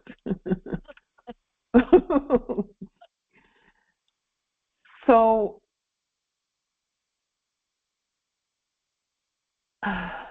may I take your order was never as innocent in this spiritual realm. Okay. In the spirit realm, it meant something that, again, in order for anything like that, any of those acts and action or performances, acts and performances, for any of those acts and performances to work, they have to keep doing it over and over. Everywhere we turned, there was someone asking a question like that had that type of a connotation. Yeah. Yes, Empress. Finish what you were saying. Sorry, I'll. Well, no, I was just going to say, just think about all the places that you've been and the question that was asked, even when you get ready to for example, you walk up to a counter and, maybe you're going to check into a hotel. They start asking questions. They start doing court actions right there on the spot. When they already have the information, all they really need is a number, a reservation number. But no, they're going to ask you all of that, and then they're going to restate it. Because they want to put it, the word has to, they have to cast that spell. Yes. And, I'm picturing the people in the drive-thrus or any of those places. So they utter these words which they've been trained to speak. Many times they're completely unaware that it's a court action. But whom trained them know that the court is a form of coercion. Yeah. Rogue. And the word even court, I hear when you were going down with the definitions. If you switch the O for a V, you've got a covert and coercion, all of those things within there. So I can see exactly the broad stroking of this spell that became life when we were asleep. Yes. Islam. In the enactment. And that's also why it's important for us that we don't speak unless we're doing court actions out there. Now, because everything is a court action, but the right court must be speaking. Yes. That's it. And I don't care if it's a grocery store over some vanilla wafers. I don't care what it is. It's as small as it may seem. I will throw out what is your name so fast that it'll make your head spin. I do it all the time. Islam. And one more thing before, if we're moving on as a group, they wore uniforms. Yeah. They all wore that, and I've worked in plenty of places where they had us have to wear. You'd be sent home or you'd be docked pay or whatever if you didn't have a proper uniform. Yeah. Because they had you, and especially when I worked at Wendy's, I worked at the drive-thru, and you'd have to wear your uniform and have to ask those questions. Yes. Even if you could barely speak English, they would give you that script, and you use that script. Yeah. And you don't veer from that script. Because it's a script. Because they're performing. They're actors.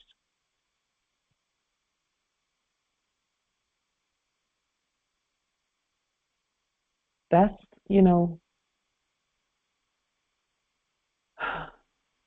walk into a grocery store and they say you can't come in because you don't have a mask.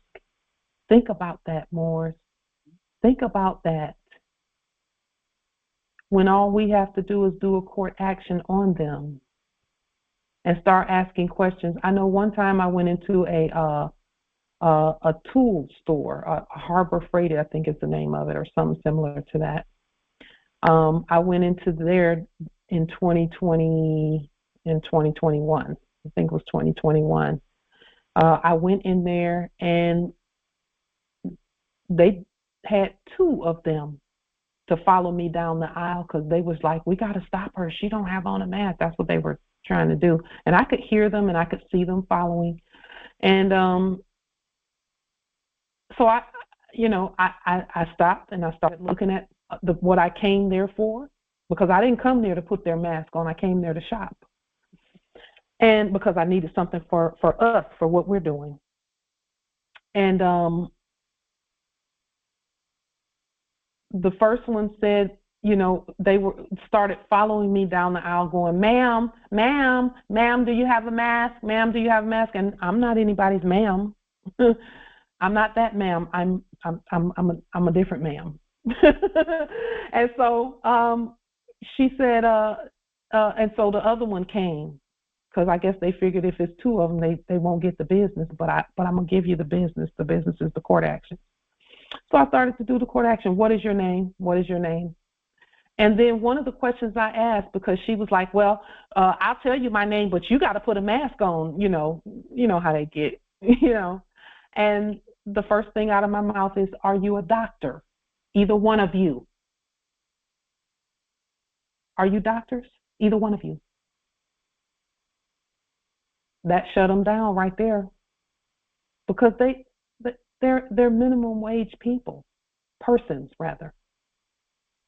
Minimum wage persons tracking the original indigenous people down, trying to attempt to get jurisdiction. No, that's not how this works. This is our land. We must do court actions. And I wasn't being mean and ugly or egotistical about it. I was just asking questions. And when I said that, they both backed off. And I continued to do what I did, and I didn't leave until I was ready. And I didn't leave because I'm never leaving our land. That's another term that the ancestors are dealing with me about in terms of the land. I'm never leaving our land, ever. So if someone was saying, oh, well, we're closed, you all have to leave, I'm not leaving. I'm just going to go that way because I'm not leaving our land ever. So when you leave the land, when you leave your home after they so-called set you out, they say you abandoned the property. Yes. And you know what? That's why we must stand. That's why we must be the court. Because what they're saying is you did not exercise your authority to stay. You have the authority to stay. You must exercise that authority by being the court. Constantly stay on being the court. Constantly.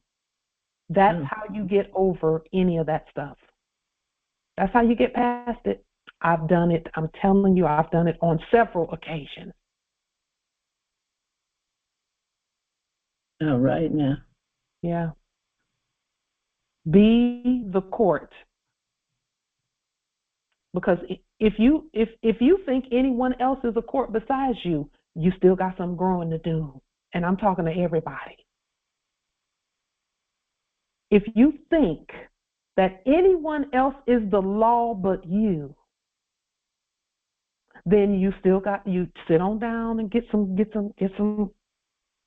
growth in you, get some maturity, do some study. No one is the court but you and me. Okay. And we're the original ancient court. We're the most ancient court at earth. Before any other, we are. Before any other, we are. Before anything else ever manifested, we are. We've been here. Everything came after us. I am. Yes. All right. Yes. Empress, yes. And that energy goes into your paperwork. That energy goes into your paperwork. Keep that energy in your paperwork. That matriarchal authority in the paperwork, because they already know you're the matriarch. They know that already. They know that. Gotcha. They know who you are. They know they don't own anything. They want you to state it properly so that they can go on, because they get in a lot of trouble for messing with us. Our ancestors don't really play that. Okay. Don't play that. So, but we must stand. We must stand. And no one can stand for us. We must do it.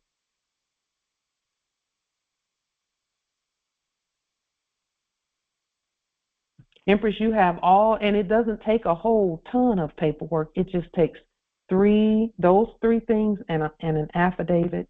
Lien, levy, bond, affidavit. Okay. And maybe the fiduciary document, which is I send that with all of no matter what I'm demonstrating, I send that. for the most part. Yep. And then state, because see, remember, Empress, and everyone, hear me when I say this. The reason that they were enacting CBDCs, which was supposed to be in their enactment central bank digital currency, is because the fiat thing is done. It can't go anymore because we stopped it. We stopped it. Okay. So they said, well, we're going to have to come up with something else because the more stop the fiat from flowing, it won't flow if you don't flow it. And our courts work when we work them. Like the word works when you work the word. Yes. It's the choice of the words you choose to use. Empress, you are the answer to everything that's happening by the word. And that's why I said what I said earlier about even in your most casual conversations, ensure that your words are proper. And if you say something, pull it back, pull the spell back and say, nope, I meant to say this. I do it all the time. You all hear me do it all the time. Because I know how powerful our words are. I know how powerful our words are. I'm watching it all around, things changing at our words. And getting in alignment and doing what it's supposed to be doing. Because we said so. Okay. Empress, you got this. You got this. I'm feeling it. I'm feeling it in my spirit. I learned so much from being at the meetings every week and following what we're doing as a Congress. I really appreciate the work that you do. Islam. Don't make me cry, Empress, but thank you. Islam. We're all doing it together. Islam. Empress, if you don't mind, I would like to do the same thing for you that we did last week in our last Congress. Moors, can we just affirm Empress Aisha's demonstration and just send her some positive energy with a simple Islam? Islam. We affirm Islam. Islam. Much respect. Thank you. Islam, Chief and Justice, Howard the Big One, I affirm. Islam. Empress, we send some energy. Islam, Chief Angelic Veterans Day, I affirm. Islam. Thank you. Chief Justice Light Tajiri Bay, I affirm. Islam. Thank you. Islam. I affirm. Islam. Islam.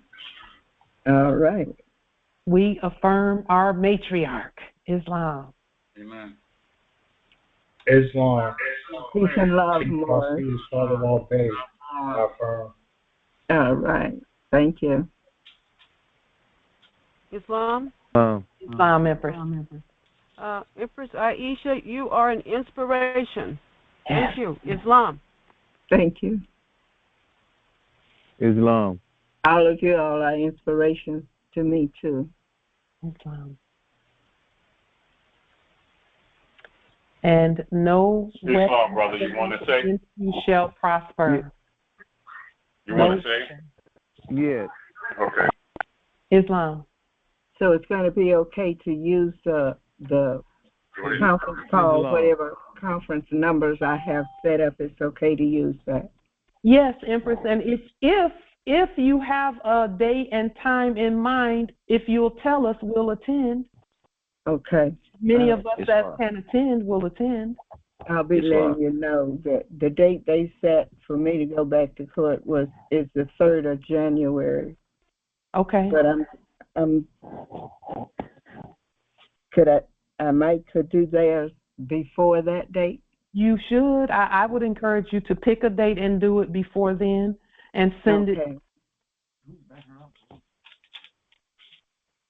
Again, it's your court, Empress. You can do it as you will. Okay. We'll meditate on that and see what, I'll let you know what the date is going to be. Islam.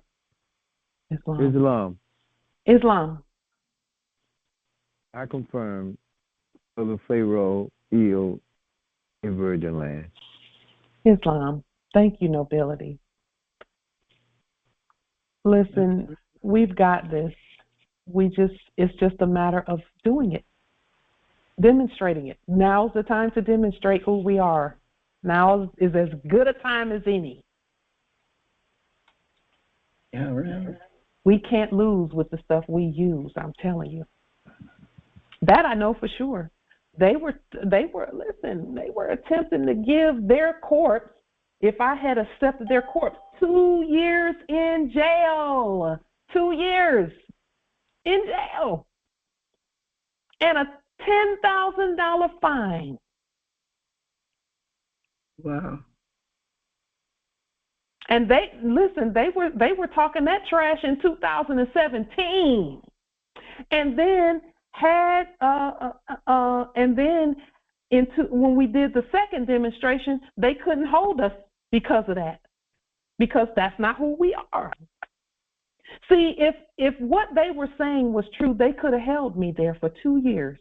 When they had me in, and they didn't have me, I had them in February of 2020, whatever year that was, 2021.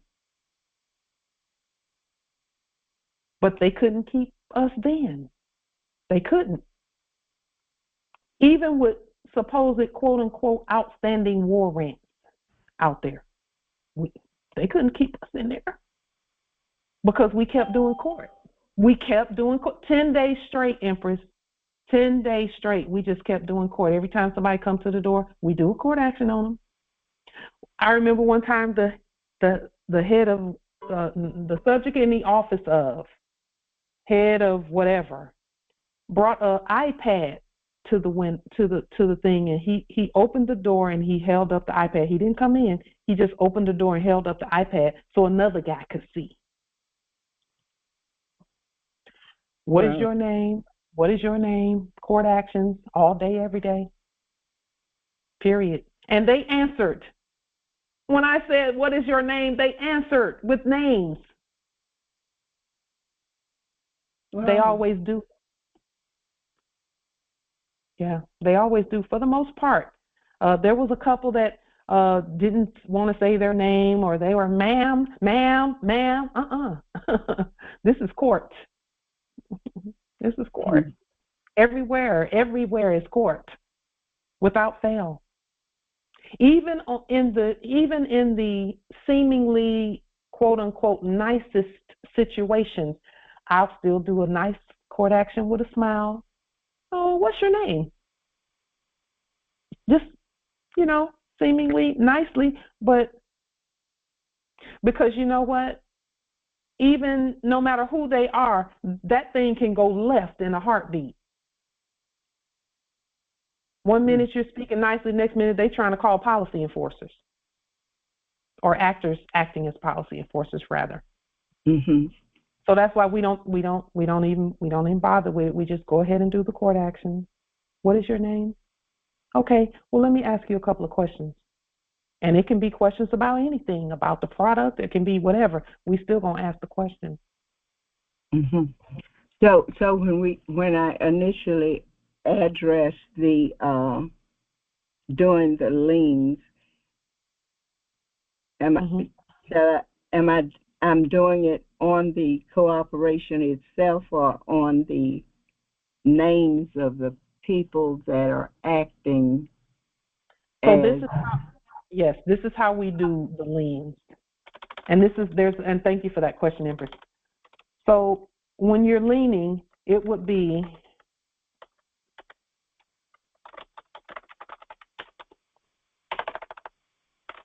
and let me put this in the right color and the right everything here.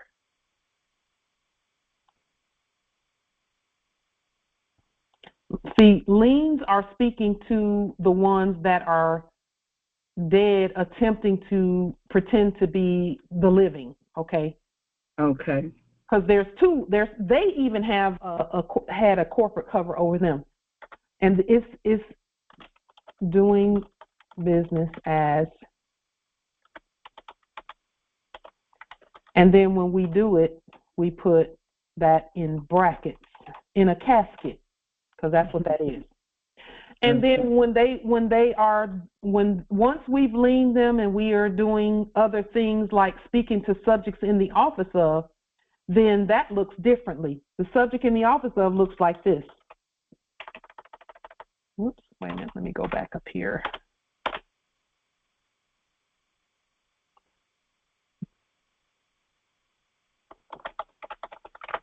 Oops. Let me take my subject, and then we say, and we just do it like that. And whenever we refer to anyone, we'll refer to them that way. That's the difference between someone acting as a corpse on a lien, and then afterwards, when we're notifying subjects in the office of, we just put subject, Donald Trump, or whoever, whatever their name is, and I just use that as an example, which we have done this. Okay. We've demonstrated that. So that's the difference. This is subject. This is where we say, okay, this is our system. Our system is subject to us. So we will say, okay, we have entered a verdict or a judgment or justice regarding this, this, and this. That's notification. So we just notify them that we've done this already. We send our court actions, we send our liens or whatever, and it will say president, and then it will say United States Corporation Company. That's what you're leaning. That's what you were asking me, Empress. Except we don't spell it out for them because they don't spell it out. They just say U.S.A. or something of that nature. Mm-hmm. So on liens, you can use abbreviations like this because that's what you're leaning. You're leaning the fraud, and sometimes it'll be 1600. I'll just show you how they do it, which is why we lean it. Mm-hmm.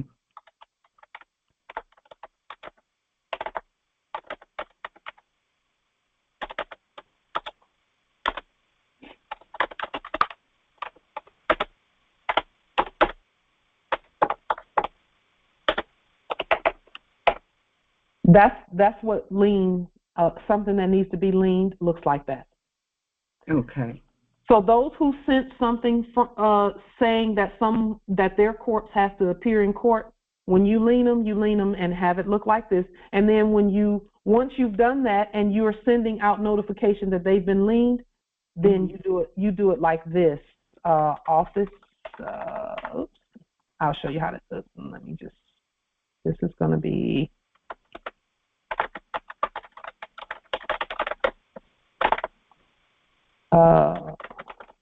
Because you're the president.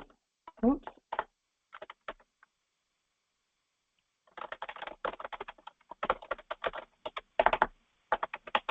Or you can say office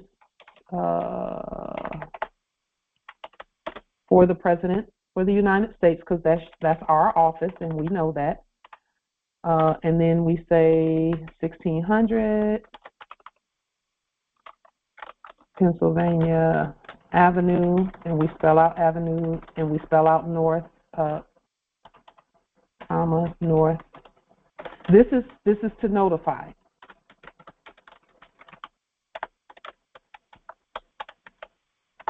You can say District 4 or District of, either one, because when you're spelling it out, they don't do that. Okay. And you can either put a zip code or not. Because see, as long as it says subject Donald Trump or whatever, and this is for any company, any corporation, whatever. When you're leaning them because they've been not doing the right thing, And they all are leaned anyway, but we're more specific with our liens now. You do it this way. So you're leaning both the person, the title, and the fake corporation, as well as the address. Okay. You're leaning 1, 2, 3, 4 things. And putting it all in the proper, as subjects, they're on the land.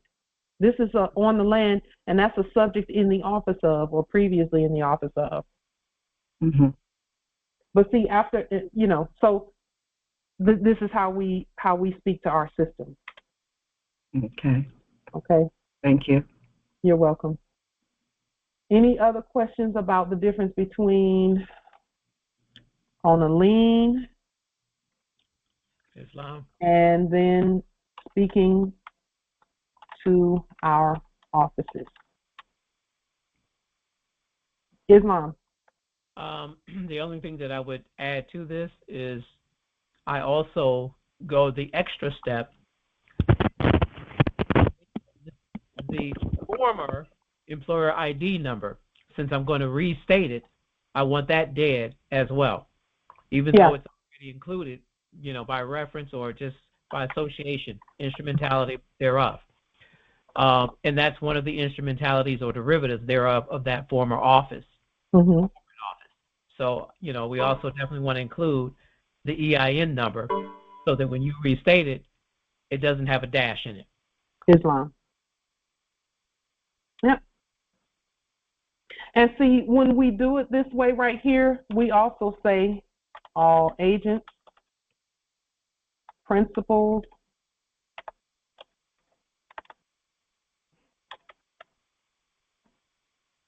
heirs assigned, and any and all derivatives thereof, which is going to encompass the numbers. That's so for those that didn't put numbers, but you put this statement right here, you still got the number, but the number is another more specific lien, for that. And then the bond, when we bond this new office here, we just bond this number, but the number is in blue and, it's bonded properly and all of that is stated properly. Just like on our fiduciary document. Islam? Did you do you recall if there was a specific former EIN number for the United States Corporation Company that we utilized on the original liens that we did? Originally, when they set that thing up, it was 2025923. That was the number. Okay. That was the EIN number? I know EINs are supposed to be 9 digits. Yes. Theirs was, it was actually, it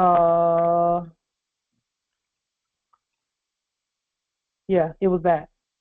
That's the reason I asked, because I was looking for a 9-digit number. I did not realize the 202592 that was their number. I did not realize that. Yep, that was it. We did the Treasury bonds with that number on it. Yes. But I just didn't make the connection. That's why I'm glad I asked. Yep. Thank you. We did the research, we looked, and then we also saw that every state had a different EIN for the United States of America. Really? Yep. Every state had multiple ones that they issued in their enactment from the state level. Isn't that interesting? And I find it intriguing that as I was doing my research and doing the state of Florida, former state of Florida, and redoing that, and then County of Orange, I had an EIN number, but when I went to the Secretary of State's website, guess what showed up? It said that number was inactive. And it had a different number, a different business associated with it. Yeah. So I was confused for a little while trying to search and find it.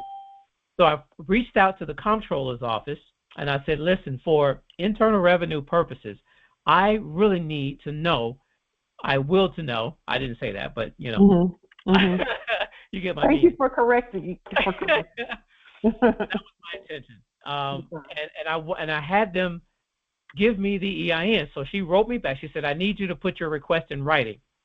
So I did so in the email, and she responded and she said, I need to know what you need this for. I'm like, for internal revenue tax purposes. And that's what I'm using it for. Yeah. And so I reminded her, as public servants, I do not need to justify in any way, shape, or form when I'm asking for public information such as this. And I put that in my email to her. And she immediately backed up and said, oh, no. I just need that for our records. You know, I'm not trying to stall or anything like that. So, but I got the EIN number. It was the same one, but now I have a written statement on the W-9 form that says the number that I thought was wrong is really the same number they're still using, although it's inactive with the Secretary of State. Now, isn't that interesting? Because they're not real anyway. Exactly. That's what I finally came to. This the is number the can be inactive. For. We inactivated it. That's the thing. Islam.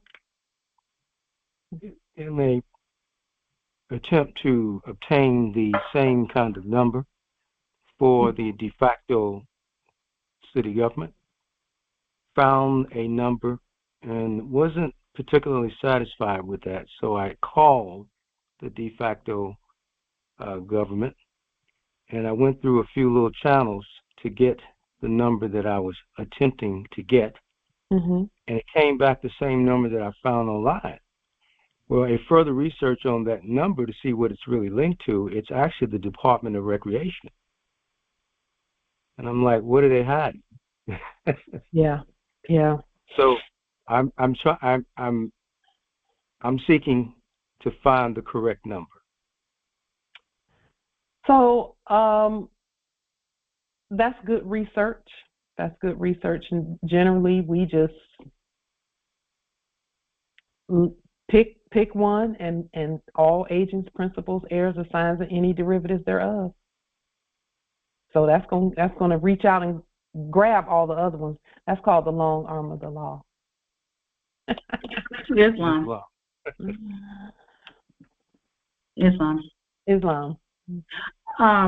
So a few things. First, does Canaan land, do they use the same treasuries that we use here on this America's land? Yes, that's still America. That's like going down the street. Okay. Yeah. And second, concerning EIN numbers, I've done extensive research on EIN numbers as well. And like New York, like they have one EIN number, and they use that number for their unified court system. They use it for their so-called colleges and universities. They use it for quite a bit of things, that one EIN number. And then they have another one for the city of New York, and so on and so forth. But, you know, when you get one, you know, like Empress Light stated, you can reassign that number how you desire it to be. Yeah. That's the whole purpose of being sovereign, and you stating it to be as what it is you state it to be. You got to restate the internal revenue documentation as when you would go to an enactment, apply for EIN. You have to restate that document, and giving it its the assignment for that number, and then notify people that this is the number that is being used and how it's to be used, so on and so forth. It's the same thing. Yeah. For the sake and you're correct about that. We affirm that for us and for the sake of order, we do the research and get the numbers, you know, get the right numbers and things of that nature, because we know that our system will recognize everything that we do, because their previous enactment of a system was a mimic of ours. So what we do is call it what it is and get the numbers as often as we can get the numbers, and then and use them, restate them. Make sure that the numbers are restated. So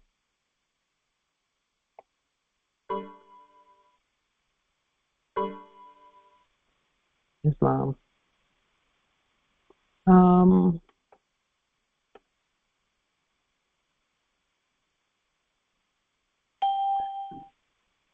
Okay, so let's see. Someone asked to minimize the screen so they could see the whole thing. So yeah, this is the difference between a subject and a foreign alien debtor. Okay.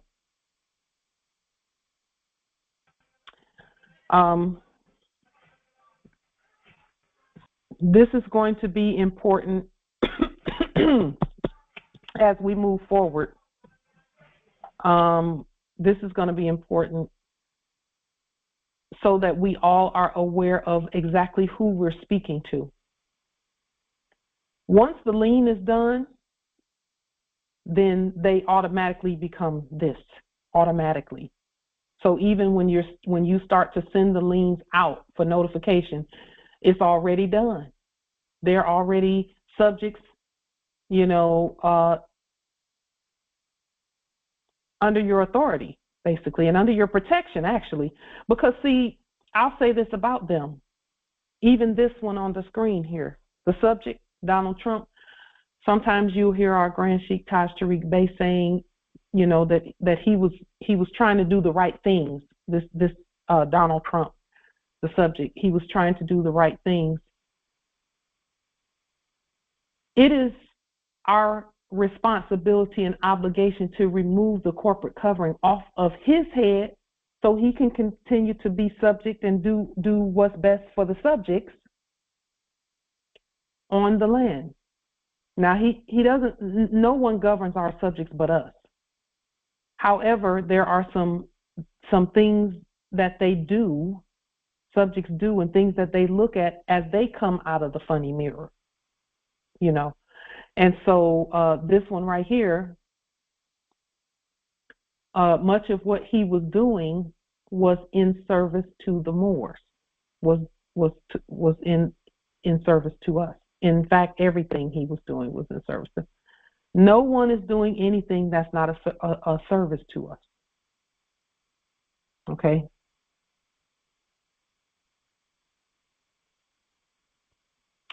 So with that being stated, this right here, this is a land address. Okay? This is a land address. This is a fake corporate address that does not exist. There's no such place as an AVE. That doesn't exist. NW doesn't exist.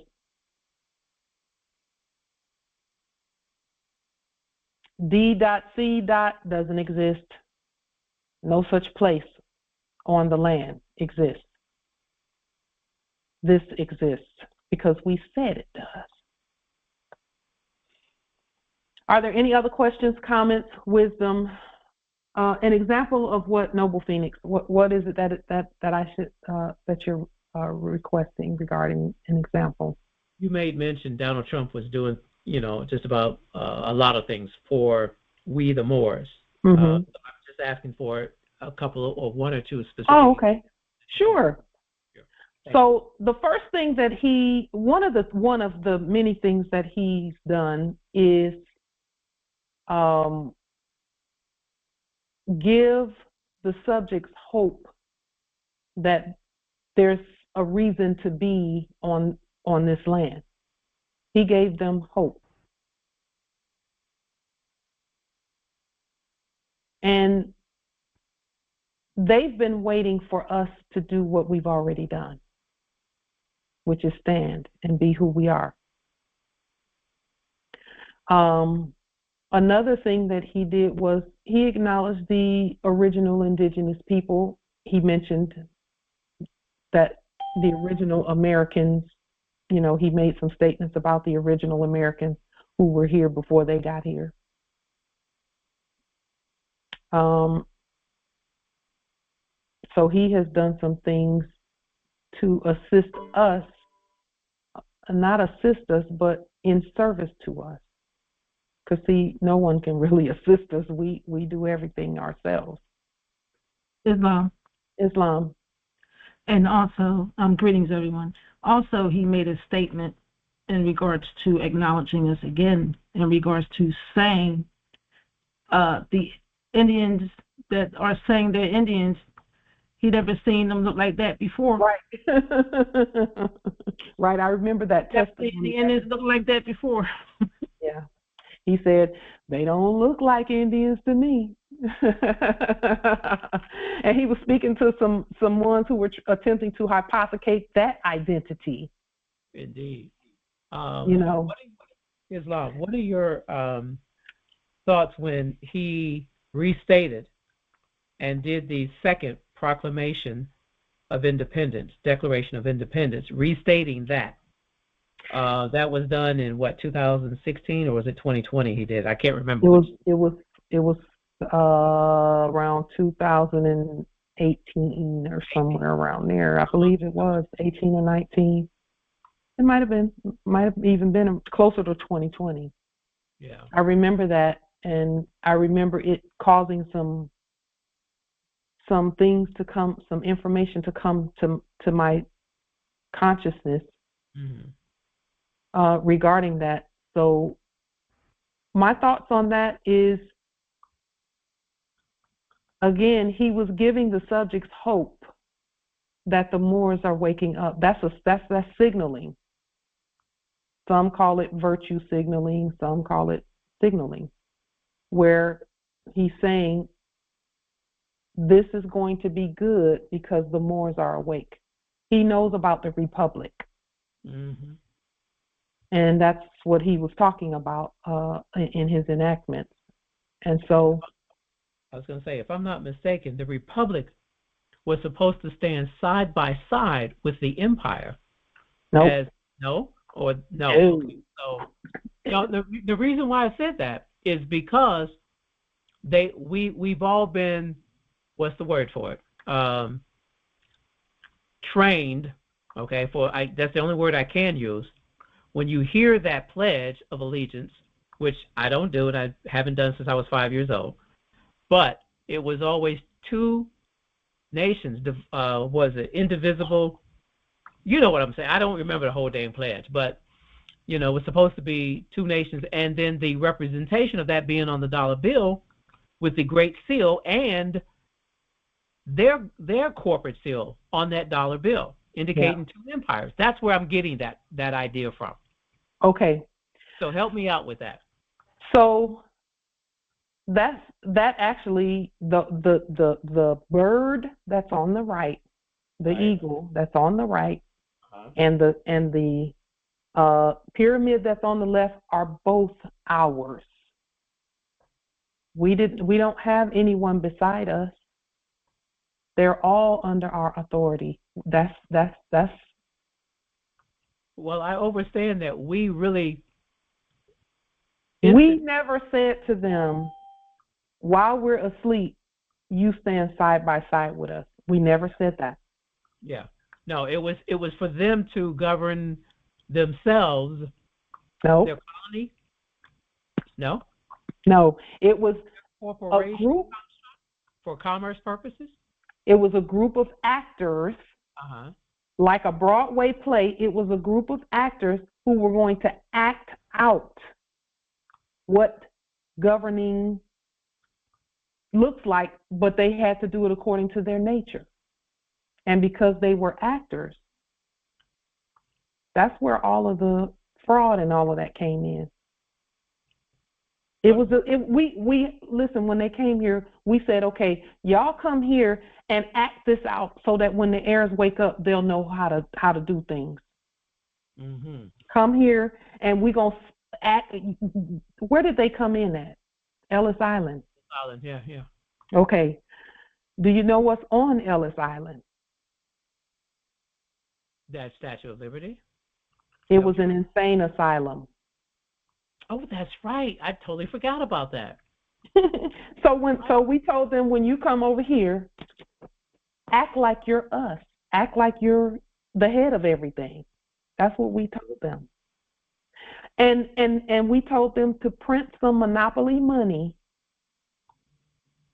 Now, the money had to show those two symbols, but those two symbols had nothing to do with them. Those symbols are ancient.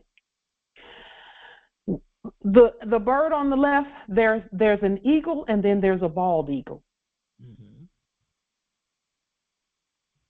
My understanding is originally it was a phoenix, not an eagle. It was a phoenix on our stuff. It was a phoenix, definitely, and the Moorish Sovereign Delarium has a phoenix on it. One of them has a phoenix on it, rising.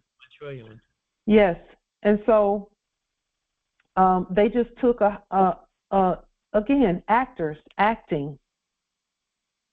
They said, okay, we'll act this out, and they said, well, when do we stop acting? And they said, when the heirs tell you to stop acting, you stop acting. Have you lost your mind? There's the acting right there. They can't handle the truth. See, yes, see, that's what I'm saying. They have a certain sound. Okay? Remember what the word insane means. So the sound that they make among them makes sense to them. But when we start speaking, they have to, number one, be quiet where courts are concerned. And number two, our sound is the opposite or the antithesis. And it's not, I can't even say it's the opposite. It's high above dead English, high above it.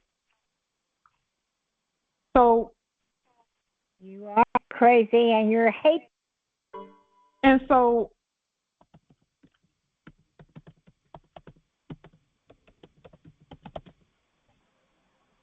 the sound, it's all about the sound. Sane and sound mean the same thing. Insane for them means that their crazy sounds and the crazy stuff they say, listen, nobody, who would come to somebody else's land and try and own everything except a crazy person? Who would do that? And then the person, the Moors would have to actually say that you're acting. Are you still spewing your bullshit? And they would have to say you're acting and tell them that they're acting, so for them to stop. Sounds like the answer to that question of who would ever do something like that sounds like a Karen. Maybe that was the origin of a Karen. Insane. Just insane. You must be crazy to come to the Moors land and be talking crazy like that. You got to be crazy. The rest of the world is like, you got to be crazy, or either the Moors have told you some things. The Moors have said, we all know you're crazy. You're crazy, bitch. They don't like that, so they're speaking up. Poor things. Poor things. It's all good. We love them. If that'll make them feel better, we love them. They're the bastard children. They the ones that perish. Islam. There's a lot of noise in your background, nobility. A lot of noise in your background. Pauline, I fucked up about? So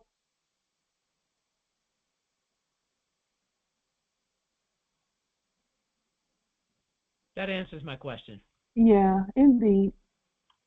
Yeah, only a crazy person. See, there's no way that they could have done that without our permission. No one would do that without our permission. Your eye is so fucked up, Pauline. You're fucked up in their head. No one would do that without our permission. You're an evil bitch.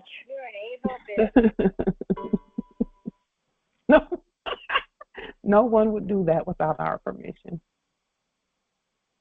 No one. No one in their right mind. I hope you go blind. You deserve to go blind, Pauline. So, regarding my eye, speaking of which, I meant to mention this 2 weeks ago when it happened. So, I had an incident here with my eye where I was pulling a backpack out of the Your seesaw doesn't work. The washing machine. And the backpack had this really stretchy thing. You know how you can adjust the length of things with the backpack? So it has this rubber band type thing with a little emblem on the end, and the emblem is made of either plastic or metal sometimes. So I was pulling it out of the washing machine, and that thing popped all the way up, and it hit my eye. You have a glioblastoma and you're dying. Now, let me say this about that.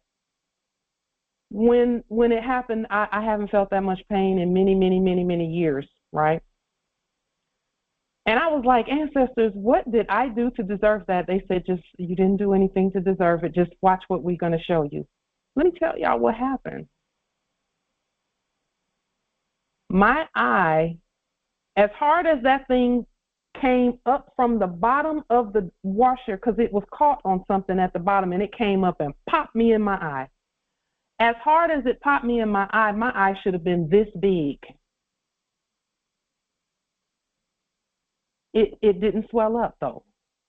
It was there was a very small amount of swelling, and it turned really red, and it was very painful, actually. And that was the first test of, okay, am I going to go to a doctor, quote unquote, a subject in the office of doctor for this, or what am I going to do? Because it was so painful. I'm telling you, I haven't felt that much pain in many years, in decades. In fact, I don't think I've ever really felt that kind of pain before. Y'all, I didn't have to go to the ancestor said, just be calm and we'll show you how to physician heal yourself. So I cared for myself and for my eye this whole time. It was amazing.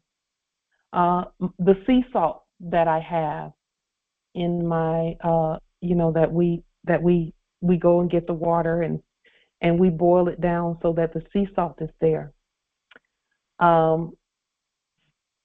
I put sea salt in my eye to keep it from getting infected, and it worked like a charm. Every time I put it in there, I would just put 2 or 3 grains in there and just let it do what it does, and my eye would feel better every time I did that. I did it like once or twice a day for a certain number of days. And then what I did was hand sanitizer. I would take it and rub it in my hands and just kind of cup it over my eyes so that the fumes, the vapors of it would get and keep my eye cleared out as well. Our ancestors did the rest. Our ancestors did it. My eye should have been this big. I'm telling y'all, it should have been huge. But the ancestors told me how to take care of it so that I didn't have to go see a doctor, so that I didn't have to do any of that. It looked bad now. It did look bad because it was hurt. But the ancestors, it showed me what to do, and it's healed now. Islam nobility. Can you open the call, please? Yes. Would get going. It's unlocked nobility.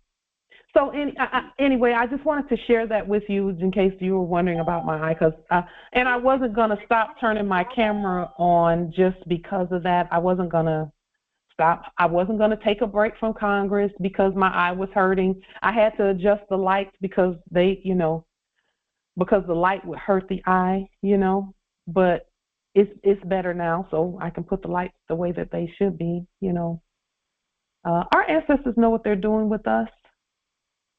They know what they're doing. And the cleaner your system is when something like that happens, the better you heal, the less swelling you have, and things of that nature. My eye should have been, oh my goodness, it should have been, but it wasn't. And I'm grateful to our ancestors that it didn't do that, that it didn't swell up like that, like that, you know. Wow. But swelling has a lot to do with our diet, but we know that. Swelling has a lot to do with our diet. So we swell up from eating that food, certain food, you know, a constant diet of it, of bad food, you know.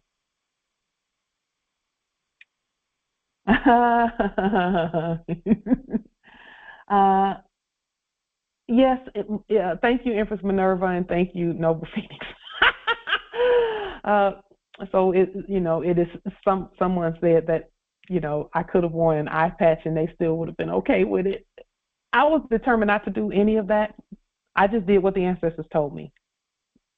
And I wasn't going to take a break from Congress, you know, and not do that. I did rest for a week and a half. I rested because it was really bad. It hurt really bad. But our ancestors fixed it. So now it's just a little bit red. But that's about it. So the sea salt, Moors, get the sea salt, get it. And my diet is not restricted. It's not a diet. My nutrition is not super restricted. I mean, I eat whatever I want to eat within certain parameters, you know, within certain parameters. Thank you, Empress Abina. Within certain parameters. Yeah. So with that being stated, we work on Islam, Empress. I will attest to the use of the sea salt myself. I've been feeling a lot better since I've been using it, and I only take just a few grains. Yeah, Islam. Oh, it's miraculous what something as natural as that can do for us. Yes. I mean, really, you talk about cleaning out the system, and then if you happen to eat, like I like coffee, right? Yeah. I have to not do it very often, but I still drink coffee because I like coffee. And I drank some a while ago, and it upset my stomach, but I took the sea salt, and it's within 10 minutes my stomach was fine. All right. So, you know, our ancestors know what they're doing with us, and that's proof also that we are the natural people. And because, oh man, there's nothing we cannot heal from, and we can do it ourselves. We just have to develop over time, because all of this has happened over time, over years. Speaking of which, we have our 3-day fast coming up December. It's supposed to be 25th, 26th, and 27th. Let the Spirit lead you on how you do that. Because I know the 25th, for some, they still celebrate that with their families. The 25th is a time for celebration for us because it is the rising. The sun will have gone down for those 3 days, the 21st, 22nd, and 23rd. And then by the 25th, it's on its way back up. So all of that is still celebration time for us. You know, Empress, I'm telling you, that's what the ancestors told me, but I didn't do it that day. And because I did not add the sea salt to my coffee, my stomach was like, nope, right? You can't do that. You got to put some sea salt in there. And it makes it taste so much better when I do that, when I add the sea salt to it, and I don't get sick when I do that. So you are absolutely correct, Empress. Yeah. It gives the sea salt gives it a buttery taste to the coffee. So, and I make it here. I make my coffee here at home. We were going to go over where we were going to do some more with our Supreme Authority. We will continue. We'll continue with the Supreme Authority document next time. These congresses are for us to really just share with one another and speak and talk and stay connected with one another, because there's no other Congress. And when I say no other Congress, there's no Congress but the Moors. All Moors are the Congress. And so it's important that we continue doing what we're doing. Those ones that were coming in here were trying to stop us from continuing this work. They wanted us to lock the meeting and shut down and hide and go off to another platform and all of that stuff. They wanted us to go hide somewhere. That's why they kept doing what they were doing in terms of interrupting and all of that. It didn't work. It didn't work. We're still here. We're not going to hide. We're not going to do all that. Islam. Just a point. First of all, I'm glad you're recovering. Thank you. Yes. Just a point of absurdity. I don't know if any of the heirs and Moors have had this in their family or in their kin, in their clan. So my mother, my matriarch, had 2 sons. She crowned 2 sons. And we're about 13 months apart. So his birth certificate says he's Negro, and mine says colored. So I'm not in Star Trek terminology. I'm not at warp speed. I'm coming along a little slow, so I'm still doing my birth certificate. But I had my mother's middle name was misspelled, I thought. So I got my brother to check his, and in checking his, I found out that he was listed as a Negro, and I was colored. So I just want to leave that point of absurdity, and I really can't get my kin to understand how absurd that is. Yeah. You can explain it away, jurisdiction. He was, he was birthed in Mississippi and Tennessee. Mm-hmm. That has nothing to do with it. She's one woman giving birth. So it can't be 2 different. She can't have 2 different, whatever those names are, ethnicity, race, whatever they were calling it. The absurdity of it is just mind-boggling. But I can't get my kin to really, which this should be a launching point, right? Mm-hmm. For them to kind of understand or overstand that this is absurd. Something has to be done about this. But I just wanted to leave it. That absurdity was something I just discovered. Islam. Wow, that is absurd. That means that there was some incompetence attempting to do some stuff. Just incompetent, completely incompetent. What if that was in the 1960s? Was that in the 60s, brother? Yes. My brother is 55, and I'm 56. Wow. And the late. Yeah, it's right in the middle. Yes. Right around that time, from my research, that's when they did the transition to go from Negro, and it stopped pretty much around the end of the baby boomer generation. So if you came in 67, 68, 69, and the one was up to 65, 66, that was a transition period from what I've researched so far. I've seen that pretty much. Islam. Yes, thank you. Islam. I hadn't checked my 2 sisters yet, 60 and 65. But I'm pretty sure it's possible that there may be 3 designations, supposedly, for the birth of the matriarch's children. So it's so absurd that I've just been trying to get my kin to understand that this is why I'm doing what I'm doing. This is why you should look at this. Look at this. The actions that I'm taking, and realize that something has to be done. You can't just, the absurdity should show a reasonable a reason why it should be corrected. So they had more to do with the Bureau than anything else, and them changing the language there as far as how they're going to categorize that new chattel property that they had just created.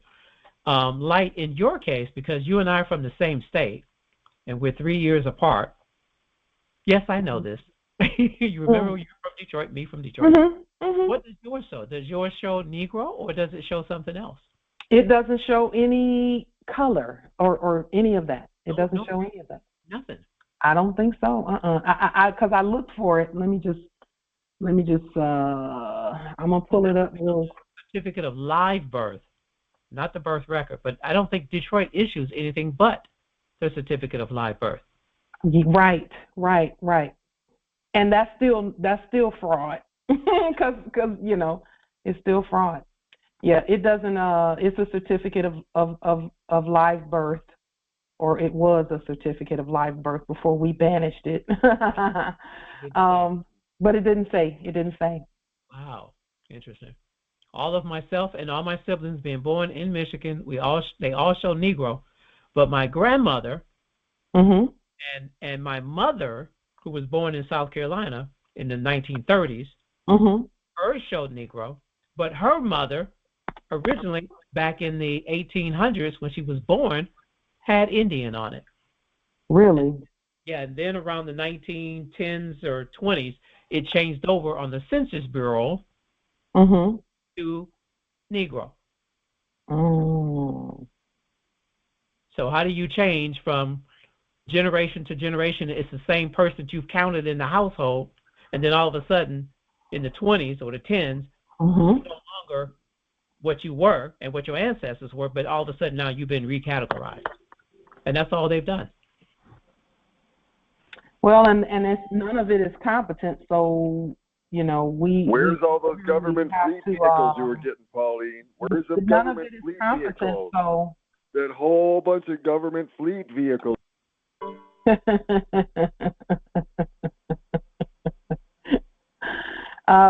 Incompetence, just left and right. And again, that goes back to what we stated at the beginning of this Congress. No one can properly identify us.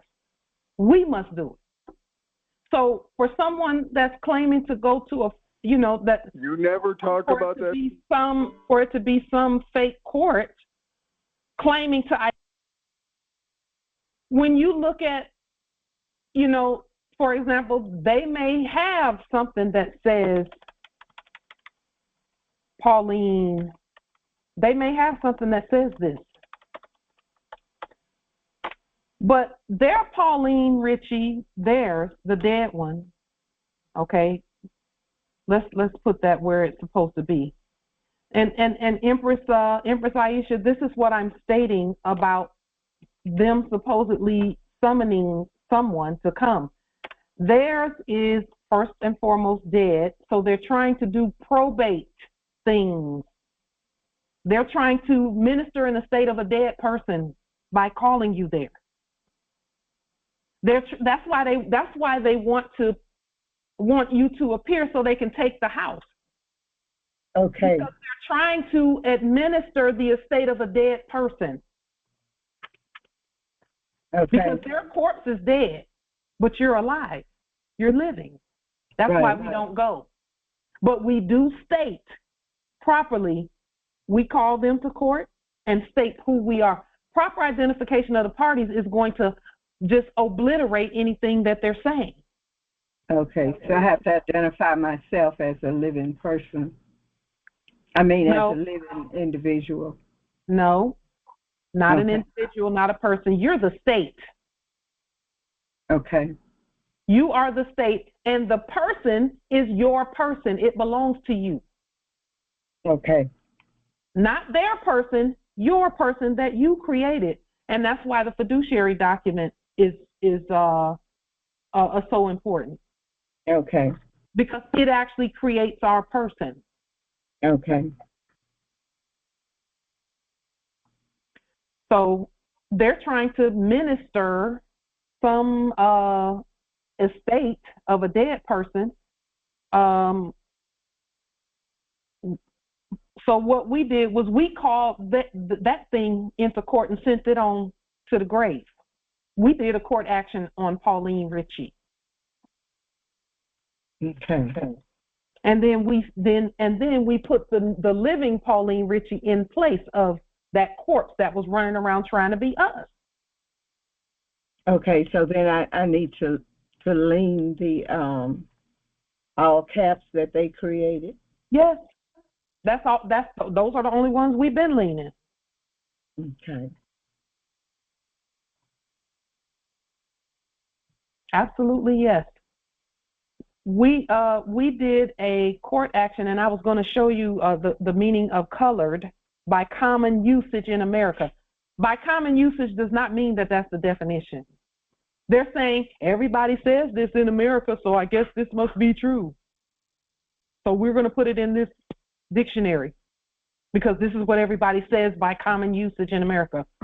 That's not a real definition.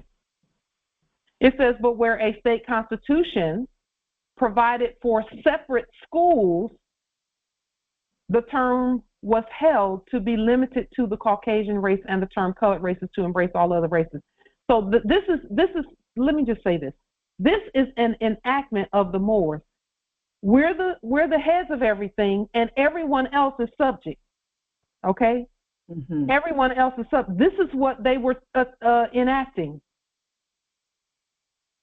That everybody else is some colored race and they're Caucasian race, okay? And we're not talking about faces. We're talking about definitions of words here, okay? In the enactment, they were pretending to be us. It says it has also been held that there is no legal, technical signification to the phrase colored person, which the courts are bound judicially to know. The one that they're calling to court, Empress, that's a colored person they're calling to court. You're not colored, you're not black, you're not Negro, you're not African American. Mm-hmm. So that's not you. That's their corpse.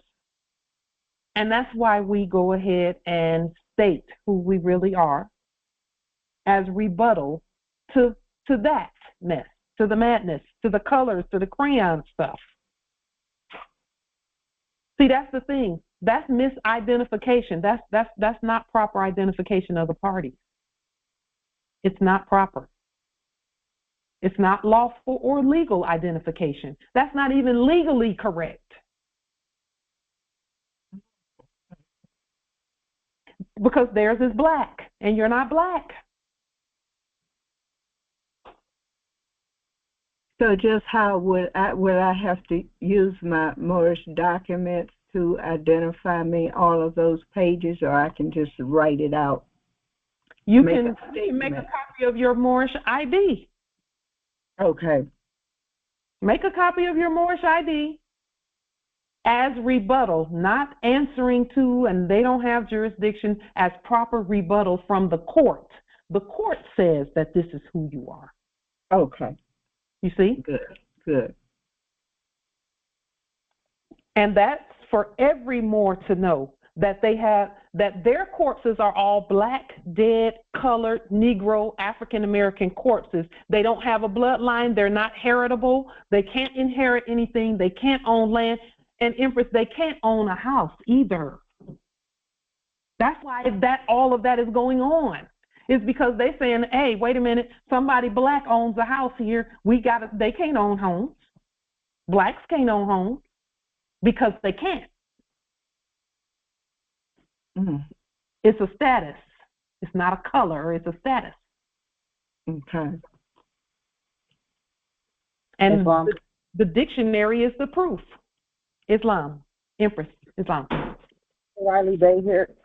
I'm kind of getting a little tired, sorry. But I had went through a situation, I think Friday.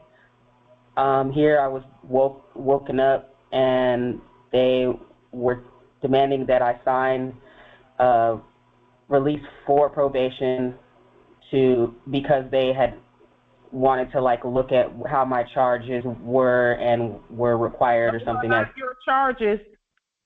Look at the charges stated against me to see if they were in alignment with whatever their ordinance, some kind of ordinance they were talking about. And I skipped neurology that day, which actually ended up working in my favor for a few hours there, but we kind of had a bit of a standoff, kind of. I was peaceful and everything, but I have been doing court action sort of since before the last meeting with everyone involved to try to establish identity. However, in mind of what you were saying about not, getting ahead of myself without properly doing these things, I just kind of don't. I'm trying to figure, piece together what that looks like, because that morning I just, I was hearing, the ultimatum being given at the time, and I was like, give me a second to wake up, and I'll holler back at you. And I dug out the appellation document and that I was working on, and put my print on it and signed it, and had them send it to the person here that was asking this information. And I said, I will not, what you guys are asking me to do is to go against, my standing, here. I recognize what is being asked of you. And I also, am, trying to make things right on my end. But basically they kept presenting to me that they had, messed up because they never asked this in the first place. And I was like, okay, so you guys, so they presented me with a bunch of like the dismisses that I thought had disappeared from the system, and someone had taken a while ago, proof of this, like over 17 dismisses. And they were like, okay, so we believe this really does happen to you, but this is just what we're being asked. And I was like, okay, at this point, I'm just going to establish that, I gave them the paperwork. They sent it to the lady, and they said, here, just, don't be too discouraged, because it's the weekend and we might not hear back from her. But if you have something that you need to do to upstairs to and answering to this that will remedy your situation, then do that. And I'm like, okay. So I came up here, dug out the Constitution, signed that. They stopped there and was like, they were instructed to either have me sign the revocation of release of information to the probation officer, because that, I think, was our last conversation when I had just had a fit and was like, I'm not going.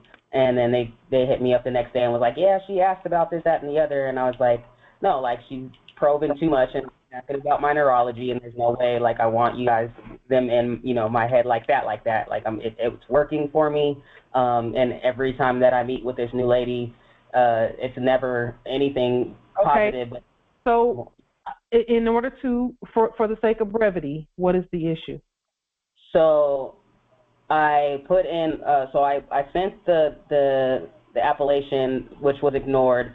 They finally were just like, here, the lady called back, didn't respond to that. I feel like she couldn't, and it might not have properly been administered. It was just me acting in haste and trying to get it on record, for the moment, and not have to hurry up and pack out, and so I ended up signing the requested document. They said, if you sign the release of information, then we're gonna have to put you out anyway, because that's not in alignment with what we were supposed to have done in the first place, which is this document.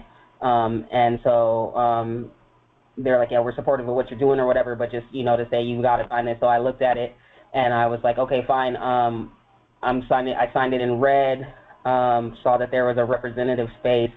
I signed it in red, improper persona, non-pro-tunc, Stephanie Mary Carr, they, I believe,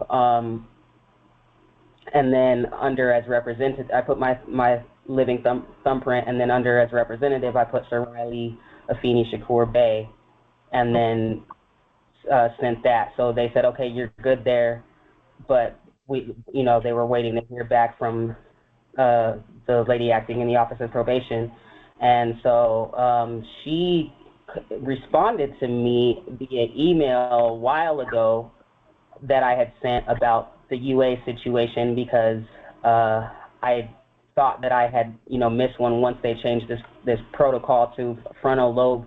I was just sleepy all the time and couldn't focus. I still am having a focusing issue. Empress Sarai, yeah. What is the issue? So the way that she responded was, "Good afternoon, Sarai. Thank you for your outreach regarding the UAs. You did not miss any UAs in the month of November. Your probation appointment was on 12/14 at 11. I will reschedule the missed appointment to Wednesday, 12/20 at 11 a.m. If this date and time does not work with your schedule, please let me know." So then they pointed out that she was addressing me as Sarai and must have been, acknowledging. I was like, it's acknowledging. It didn't acknowledge, what was sent or whatever. But and also her portion of the document was detached from what they were asking, and they anyway. So I was like, it's in her AK. So here's the situation. You, Sarai, are going to have to just continue to demonstrate who you are, period. That's the answer. Demonstrate at the level of your overstanding and understanding, but demonstrate who you are.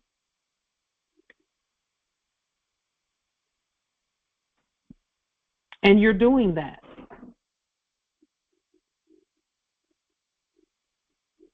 You're doing that. You're demonstrating who you are. Don't think they don't know who you are. Don't think that they ain't never heard of the Moorish National Republic, federal government, and so on and so. They have. Yes, they have been telling me here that they were doing their research and things, because I had gotten a new quote unquote manager who I realized didn't show up after our first meeting, and I signed down what I identify as Moorish American, national, my preferred appellation, and he never. You're demonstrating. Called back. Is there an issue with you demonstrating with you? Because we're not worried about them. They already know. We're talking about you.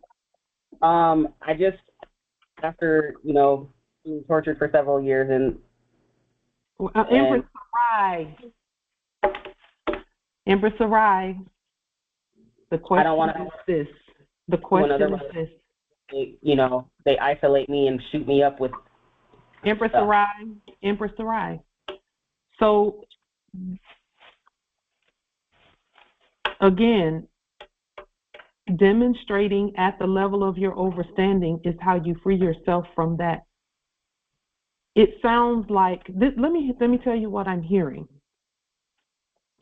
That because I'm looking through and looking for what is making you uncomfortable.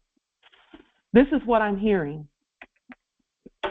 What I'm hearing is that you want a benefit from them, but you don't want them to do other things.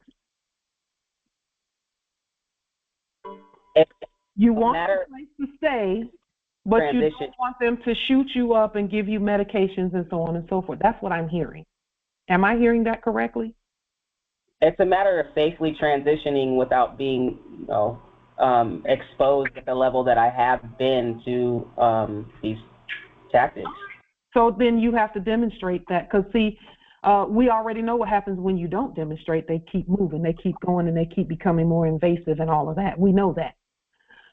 So then you must demonstrate your status in the way that you've been doing it with your words, in writing, by affidavit, and you're not trying to fit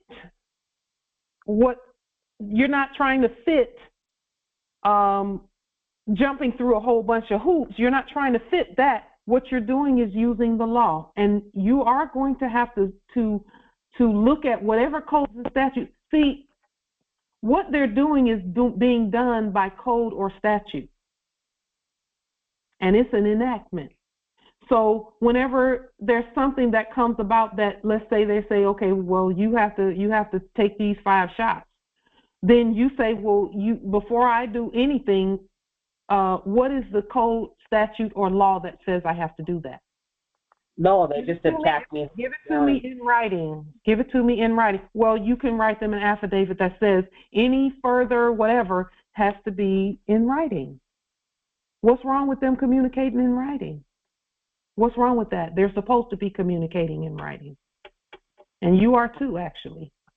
Yeah, I tried that too before. It was more, but I'm not trying to. Okay. Well, but you know what? I tried it and it worked, but I had to demonstrate though 10 days in a row demonstrating that I mean what I say on the paper. That it don't matter whether I didn't care whether they let me out or not. I was going to do what I was going to stand. And I knew that they would have to let me out of there. And I actually let myself out. And you must do the same. You must stand. You must stand and be yourself.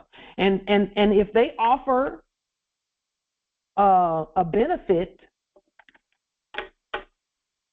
for a signature and all of that, you're going to have to go within in your spirit and see what your spirit says about that.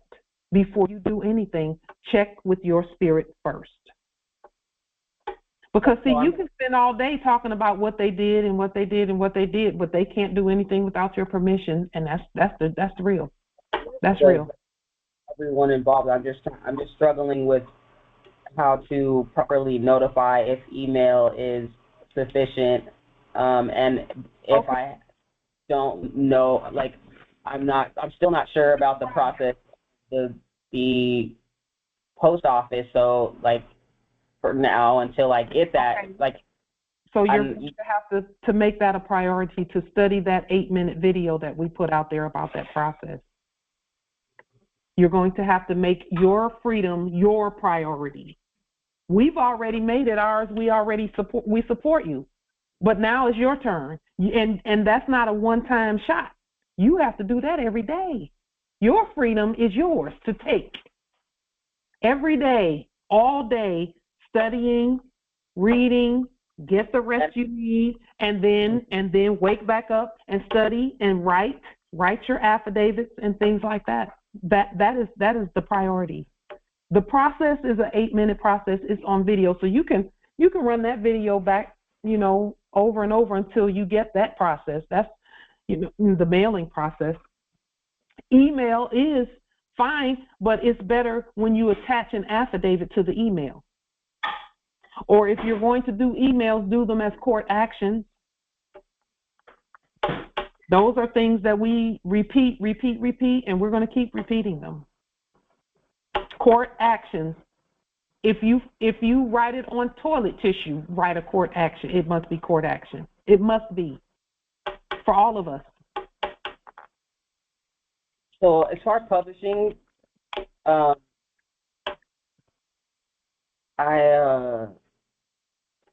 don't know how to put documents on Facebook. If you don't know how to do it, do what you know how to do. What do you know how to do? And then study how to do it. If you have a desire to do it a different way, then do it a different way. But study how to do it. How to put things on Facebook. You can study that. But right now, you do know how to hand an affidavit to a person. Yeah, I feel like notification. I just don't know. So here's the thing about what you don't know. Let me say this about what you don't know. Anything that you don't know, just do what you do know. Here's the thing about that. And I've heard more say many times, I don't have this, I don't have that. Don't worry about what you don't have. What do you have? What do you know? Do that. We all have to. What you do know, you can do, and it will work. Start with what you know. Don't worry about what you don't know. Don't worry about what you don't have. demonstrate with what you do have. And you've already stated that you wrote an affidavit out and gave it to them. And are you still at the place? Until February 4th. No, hold on. No, that wasn't the question. Are you still there now? Yes. After giving them the affidavit? Yes, we'll meet on Monday. Then you take it one day at a time, one piece at a time, one demonstration at a time, 1 minute at a time, one inspired writing at a time, and then you prepare for the next demonstration. So if you have something to do Monday, then an affidavit should be going with you. So something else peculiar happened on Saturday. Just a moment. I'm going to stop you there because we could go through all the little peculiarities that have happened, but you know what? The big picture says, number one, you demonstrated your status. We're going to acknowledge that. We're not going to run past that. We're going to acknowledge it. You demonstrated your status and you gave them an affidavit and you're still there. Now prepare for Monday. Okay? Prepare for Monday. That's next, because Monday is next. That's next. Yes. Had to do with nerve. So get your affidavit for Monday ready. Then the next time, this time between now and then, getting your affidavit ready for that demonstration. That's how we do it. We just do it one day at a time, one demonstration at a time. We can't worry about every little thing. We actually have to study. We have to make this a priority. We can't be distracted by anything. We have to actually make our freedom a priority. It's your freedom. It's yours. So with that being stated, do you know what affidavit you're going to write for tomorrow? No idea. Okay. Similar to the one you wrote last time. It's similar to the one you wrote last time. So all you got to do is look at the one you wrote last time and write something very similar. Very similar. And yep, that's it. Very similar to what you wrote last time. Living birth affidavit. Yes. Whatever you sent last time, write something similar, but always put the court action language on the top of it. You know what the court action language is? Because we can show you. I'll show you what the court action language is.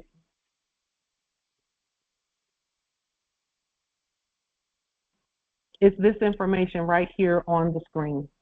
That goes in front of all court actions right there. Just this top part right here. Start all of your affidavits with that.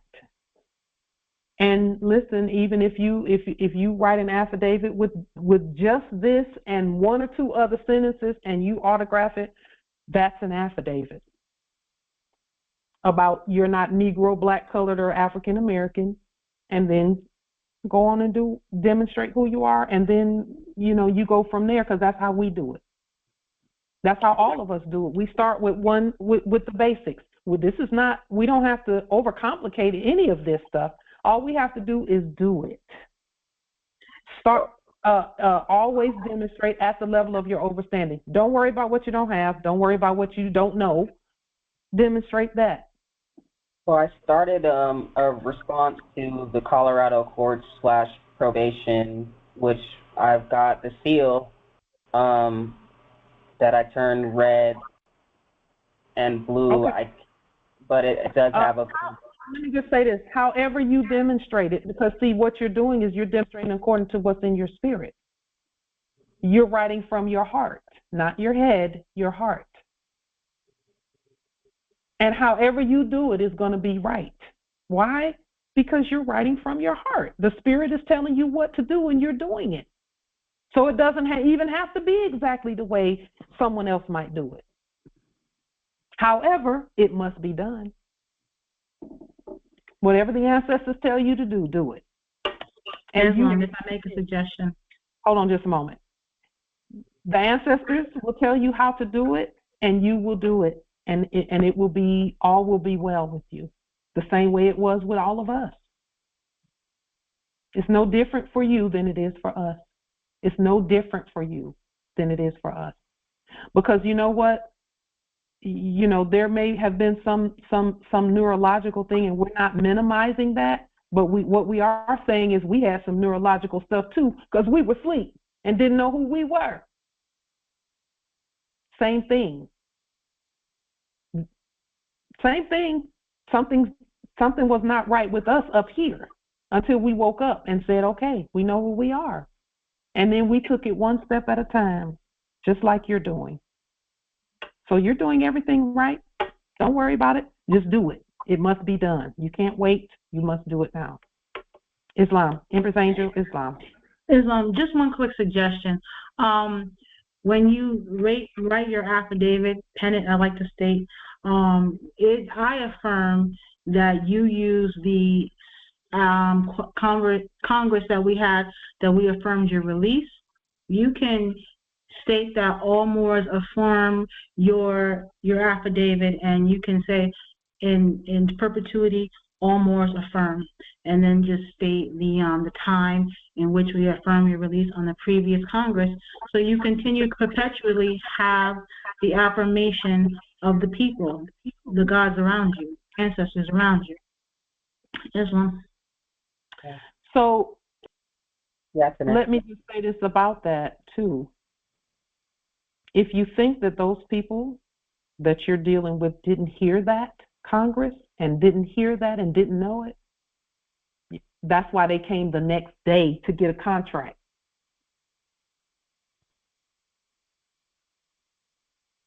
That's why they came the next day to get a contract. I heard what you said. The spirit. Well, about neurology, it was just strange because they invited me into the office to sit down, and it was one of the men that I normally do a Zoom call and update about my progress every week, and that just so happened to be something else I skipped on Friday that I actually remembered that Friday, but I, shot him something and skipped it, and I was just sitting there in the office like, okay, and he never comes in person, but he was with the guy who oversees that program, and they were talking, and he was like, I thought I heard you were like, you did law and financial or something like that, and he was like, oh, that wasn't you, and then like he kind of looks at me and like winked at me, and I was like, what? And then they left, but it was, yeah. If you think that they don't, the whole world is listening, believe that. Don't believe the numbers you see under here of views being 500 and 600. Don't believe that. Don't believe it. They are whatever communication device that we're all on, those communication devices, everybody knows who we are. Everybody knows what's going on here. So it is incumbent upon all of us to demonstrate our status. Period. No matter what we demonstrate. I mean, we could talk about the nuances of that, but when the rubber meets the road, we are Moors. We're the heirs, we're the government, and all of that. We are the all-powerful authority everywhere for everything. Islam. That will not change. It won't change. So are there any other questions, comments, wisdom? Islam. Apologies for my lack of knowledge, but I did try looking it up online, but just for clarification, possibly from you, when you said we could contact the provost marshal. No, that's not what I said. I didn't say that. I said notify. Notify is different from contact. Okay. Apologies. Are we doing that in writing? And is the thing is, I'm not familiar with the provost marshal. Are they like states related, or is this across the nation? I mean, I'm not familiar with them. We would ask that you do the research so that you know what that office is about. All offices belong to us. And there is an address. When we notify the provost marshal, we notify according to the addresses in our trust. So whatever address it is, it's not necessary to have a zip code. And whoever it is that you're speaking to, whoever it is that's claiming to be the provost marshal, they are subjects. So their address will be noted the way we stated earlier. That address is when you speak to them, but you also need to lien any others pretending to be. So for the lien for the provost marshal, it's going to look like this one. And for the subjects, to notify anyone in the office of provost marshal, it will look like this.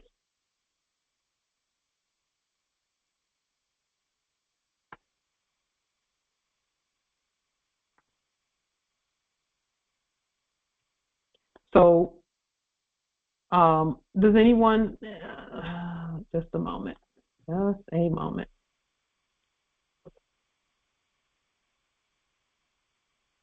me see if there's a definition here for that. That may assist as well.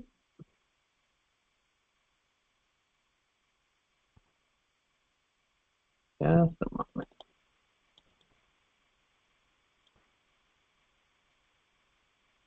B.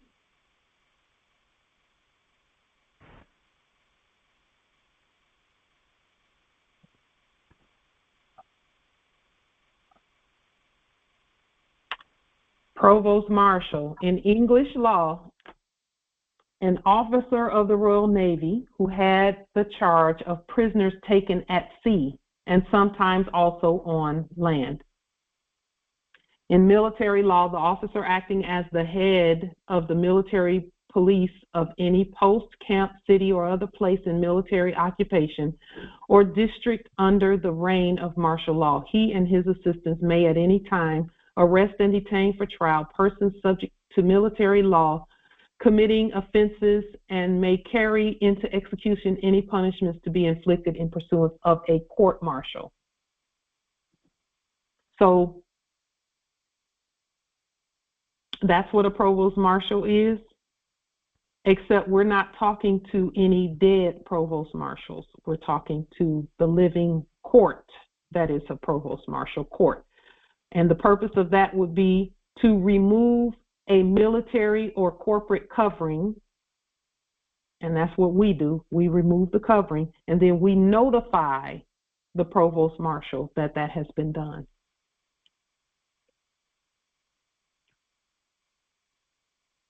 Does that assist, Empress? That's helpful information. Thank you. Islam. See, we're not at war, so we don't really, all we do is notify them that we've implemented peace regarding whoever that is, whoever it is that's doing whatever they're doing. That means they're still warring, but we're at peace. So we let the war office, and it's really a peace office for us, know that anyone who's acting as if they're lost at sea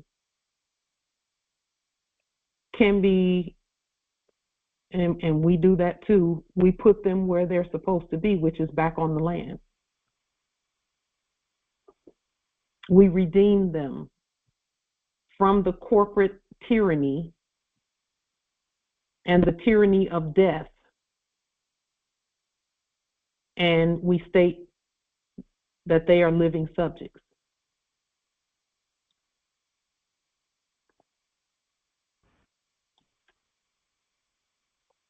The Provost Marshal office is an office from way back in the Republic. That's why you hadn't heard of it, because it was an office that was implemented in the Republic. for Army, Navy, military operations, at any time. It's an old office, provost marshal. And whenever there was, let's say, martial law implemented, the provost marshal would be there. Anytime the living heirs would go to a court, if there was someone in the courtroom who was dishonoring our status, the provost marshal would shoot them in the head in the courtroom. Now, we're not violent, we're not at war, and we don't advocate violence at all, period, because we don't need to. We don't need it.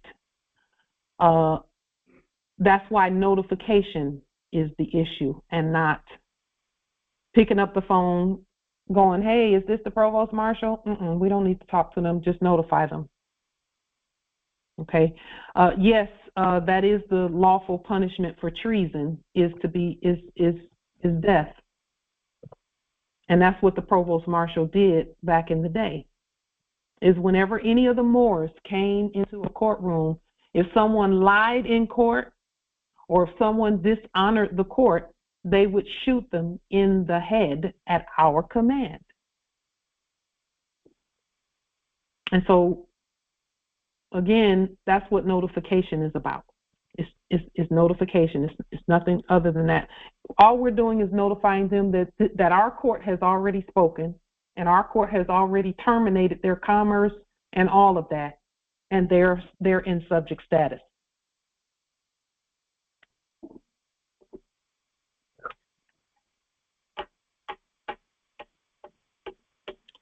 The temptation with Moors, and this is something that I've noticed about the Moors in the past. It's a lot better now than it was when we first woke up. The Moors were ready for folks. They wanted to see people get shot in the head because they were bothering them, And that's just not. See, that's not how we do things. That's number one. We bring peace, but we bring it with a very firm hand. A very firm hand. Our hand is firm. Mother does not play. All of us. That's all of us. And so we mean business when we say what we say and do what we do, but we do it peacefully. And then we just send notification to subjects in the office of. Because in reality, we're the real provost marshal. Always have been. And yes, we were decapitating and carrying on back in the day. But we don't have to do that now. Are there any other questions, comments, wisdom, anything of that nature? Our job is to know that we're the court. We must know that.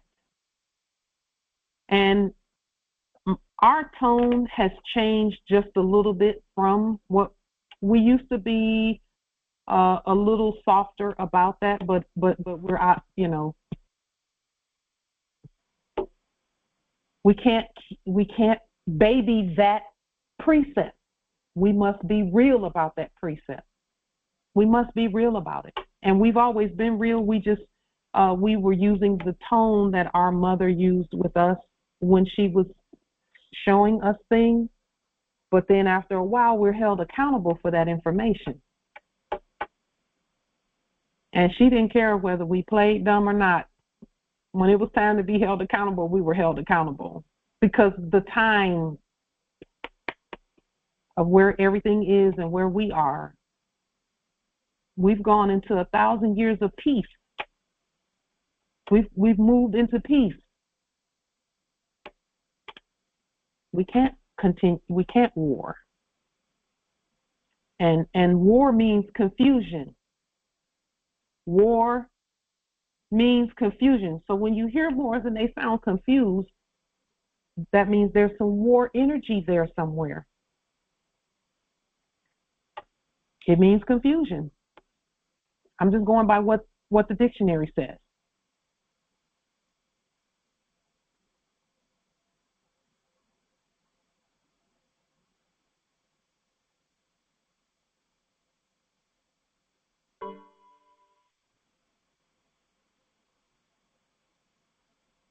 And so the last thing that, here's war. Hostile contention by means of armed forces carried on between nation states, blah, blah, blah. They're going to say all of that at first, but then they get down to the nitty-gritty later on. A contest by force between two or more nations carried on for any purpose. Again, the subjects are not a nation, so there should be no war. This is all talking about sovereigns and things of that nature. This has nothing to do with subjects. War does not exist merely because of an armed attack by the military forces of another nation until it is a condition recognized or accepted by political authority of government, which is attack. In other words, there can be no war unless we agree to it.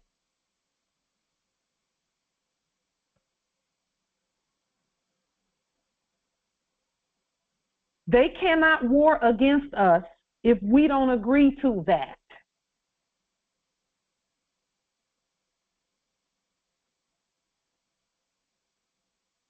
Some people think that these people are just belligerent and can just do whatever they know. They can't. We're the court.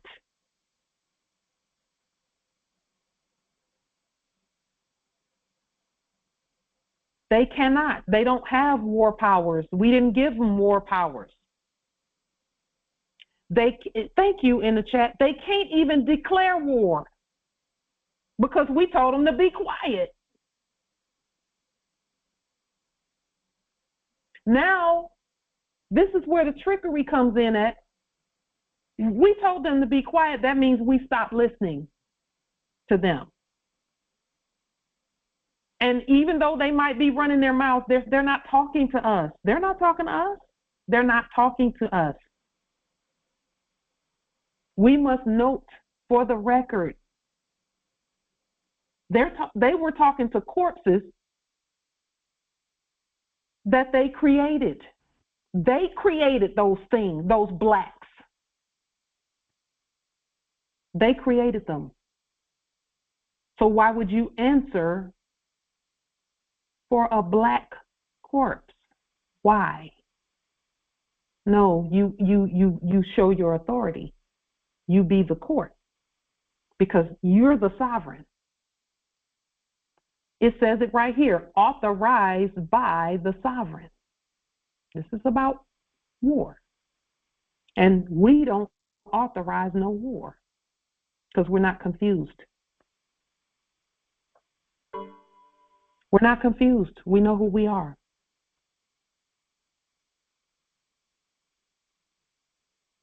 Islam, we are the order. Yes, come on. There it is. Empress Shasha. I'm actually going to bring some gold and some silver like the Queen of Sheba did Solomon when I come see you. All right. Seriously. We'll all have some wonderful equal exchange. You know what, Empress? I just want a little food. I just want some Jamaican food. It is done. Indeed, indeed. The sovereigns must authorize war or peace. That's it. We are the word. Period. Nothing happens without the word. Word and ward are the same word. Aren't they? Yes. Aren't they? See, people keep wanting to give them actors credit. I ain't gonna let you give them credit on this in this Congress because they don't deserve it. They don't deserve credit. Your credit? Really? No. No. No one gets to sing the praises on this call, in this Congress, because they haven't earned it. They don't deserve it. And they cannot move without your authorization. Authorization. Come on, consent, all of it. Yep. And that's why we say, even when you speak into the subjects, you just say, we've already done these things, and you're being notified that we did it already. because they can't even do it. I mean, they can't do. They just Some Moors don't want to believe it, but they can't bring war to a Moor. That's like saying that somebody brought an argument to you. exactly. Really? How did they do that? How?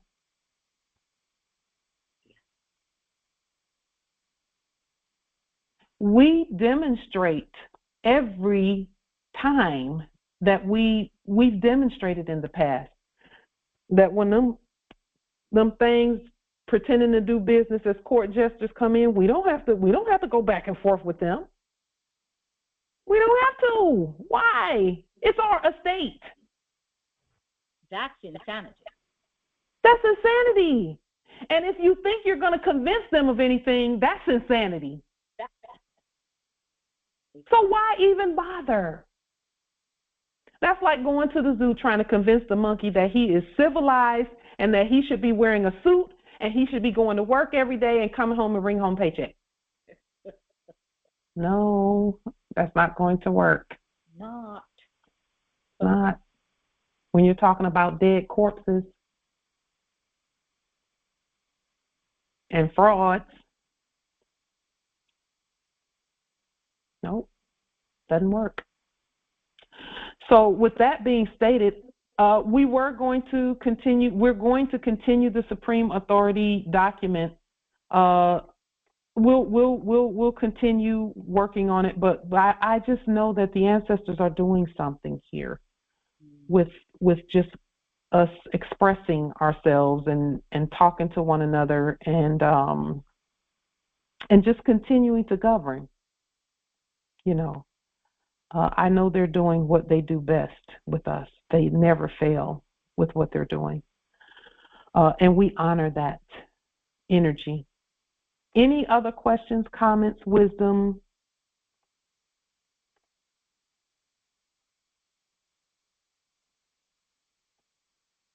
Okay.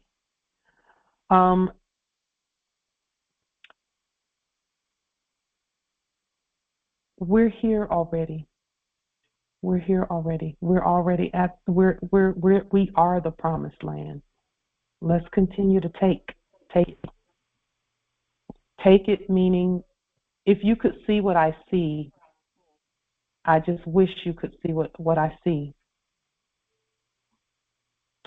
With that being stated, I have nothing further until Thursday, right, at 7 p.m. And we'll continue governing. Peace and grand rising to the sovereign, original, indigenous, natural, divine heirs. Islam. Peace and grand rising. Peace and grand rising. Islam. Islam, peace and grand rising. Peace and grand rising. Excellent. Islam. Peace and love. Peace and love. Islam. Peace and grand rising. Islam. Islam.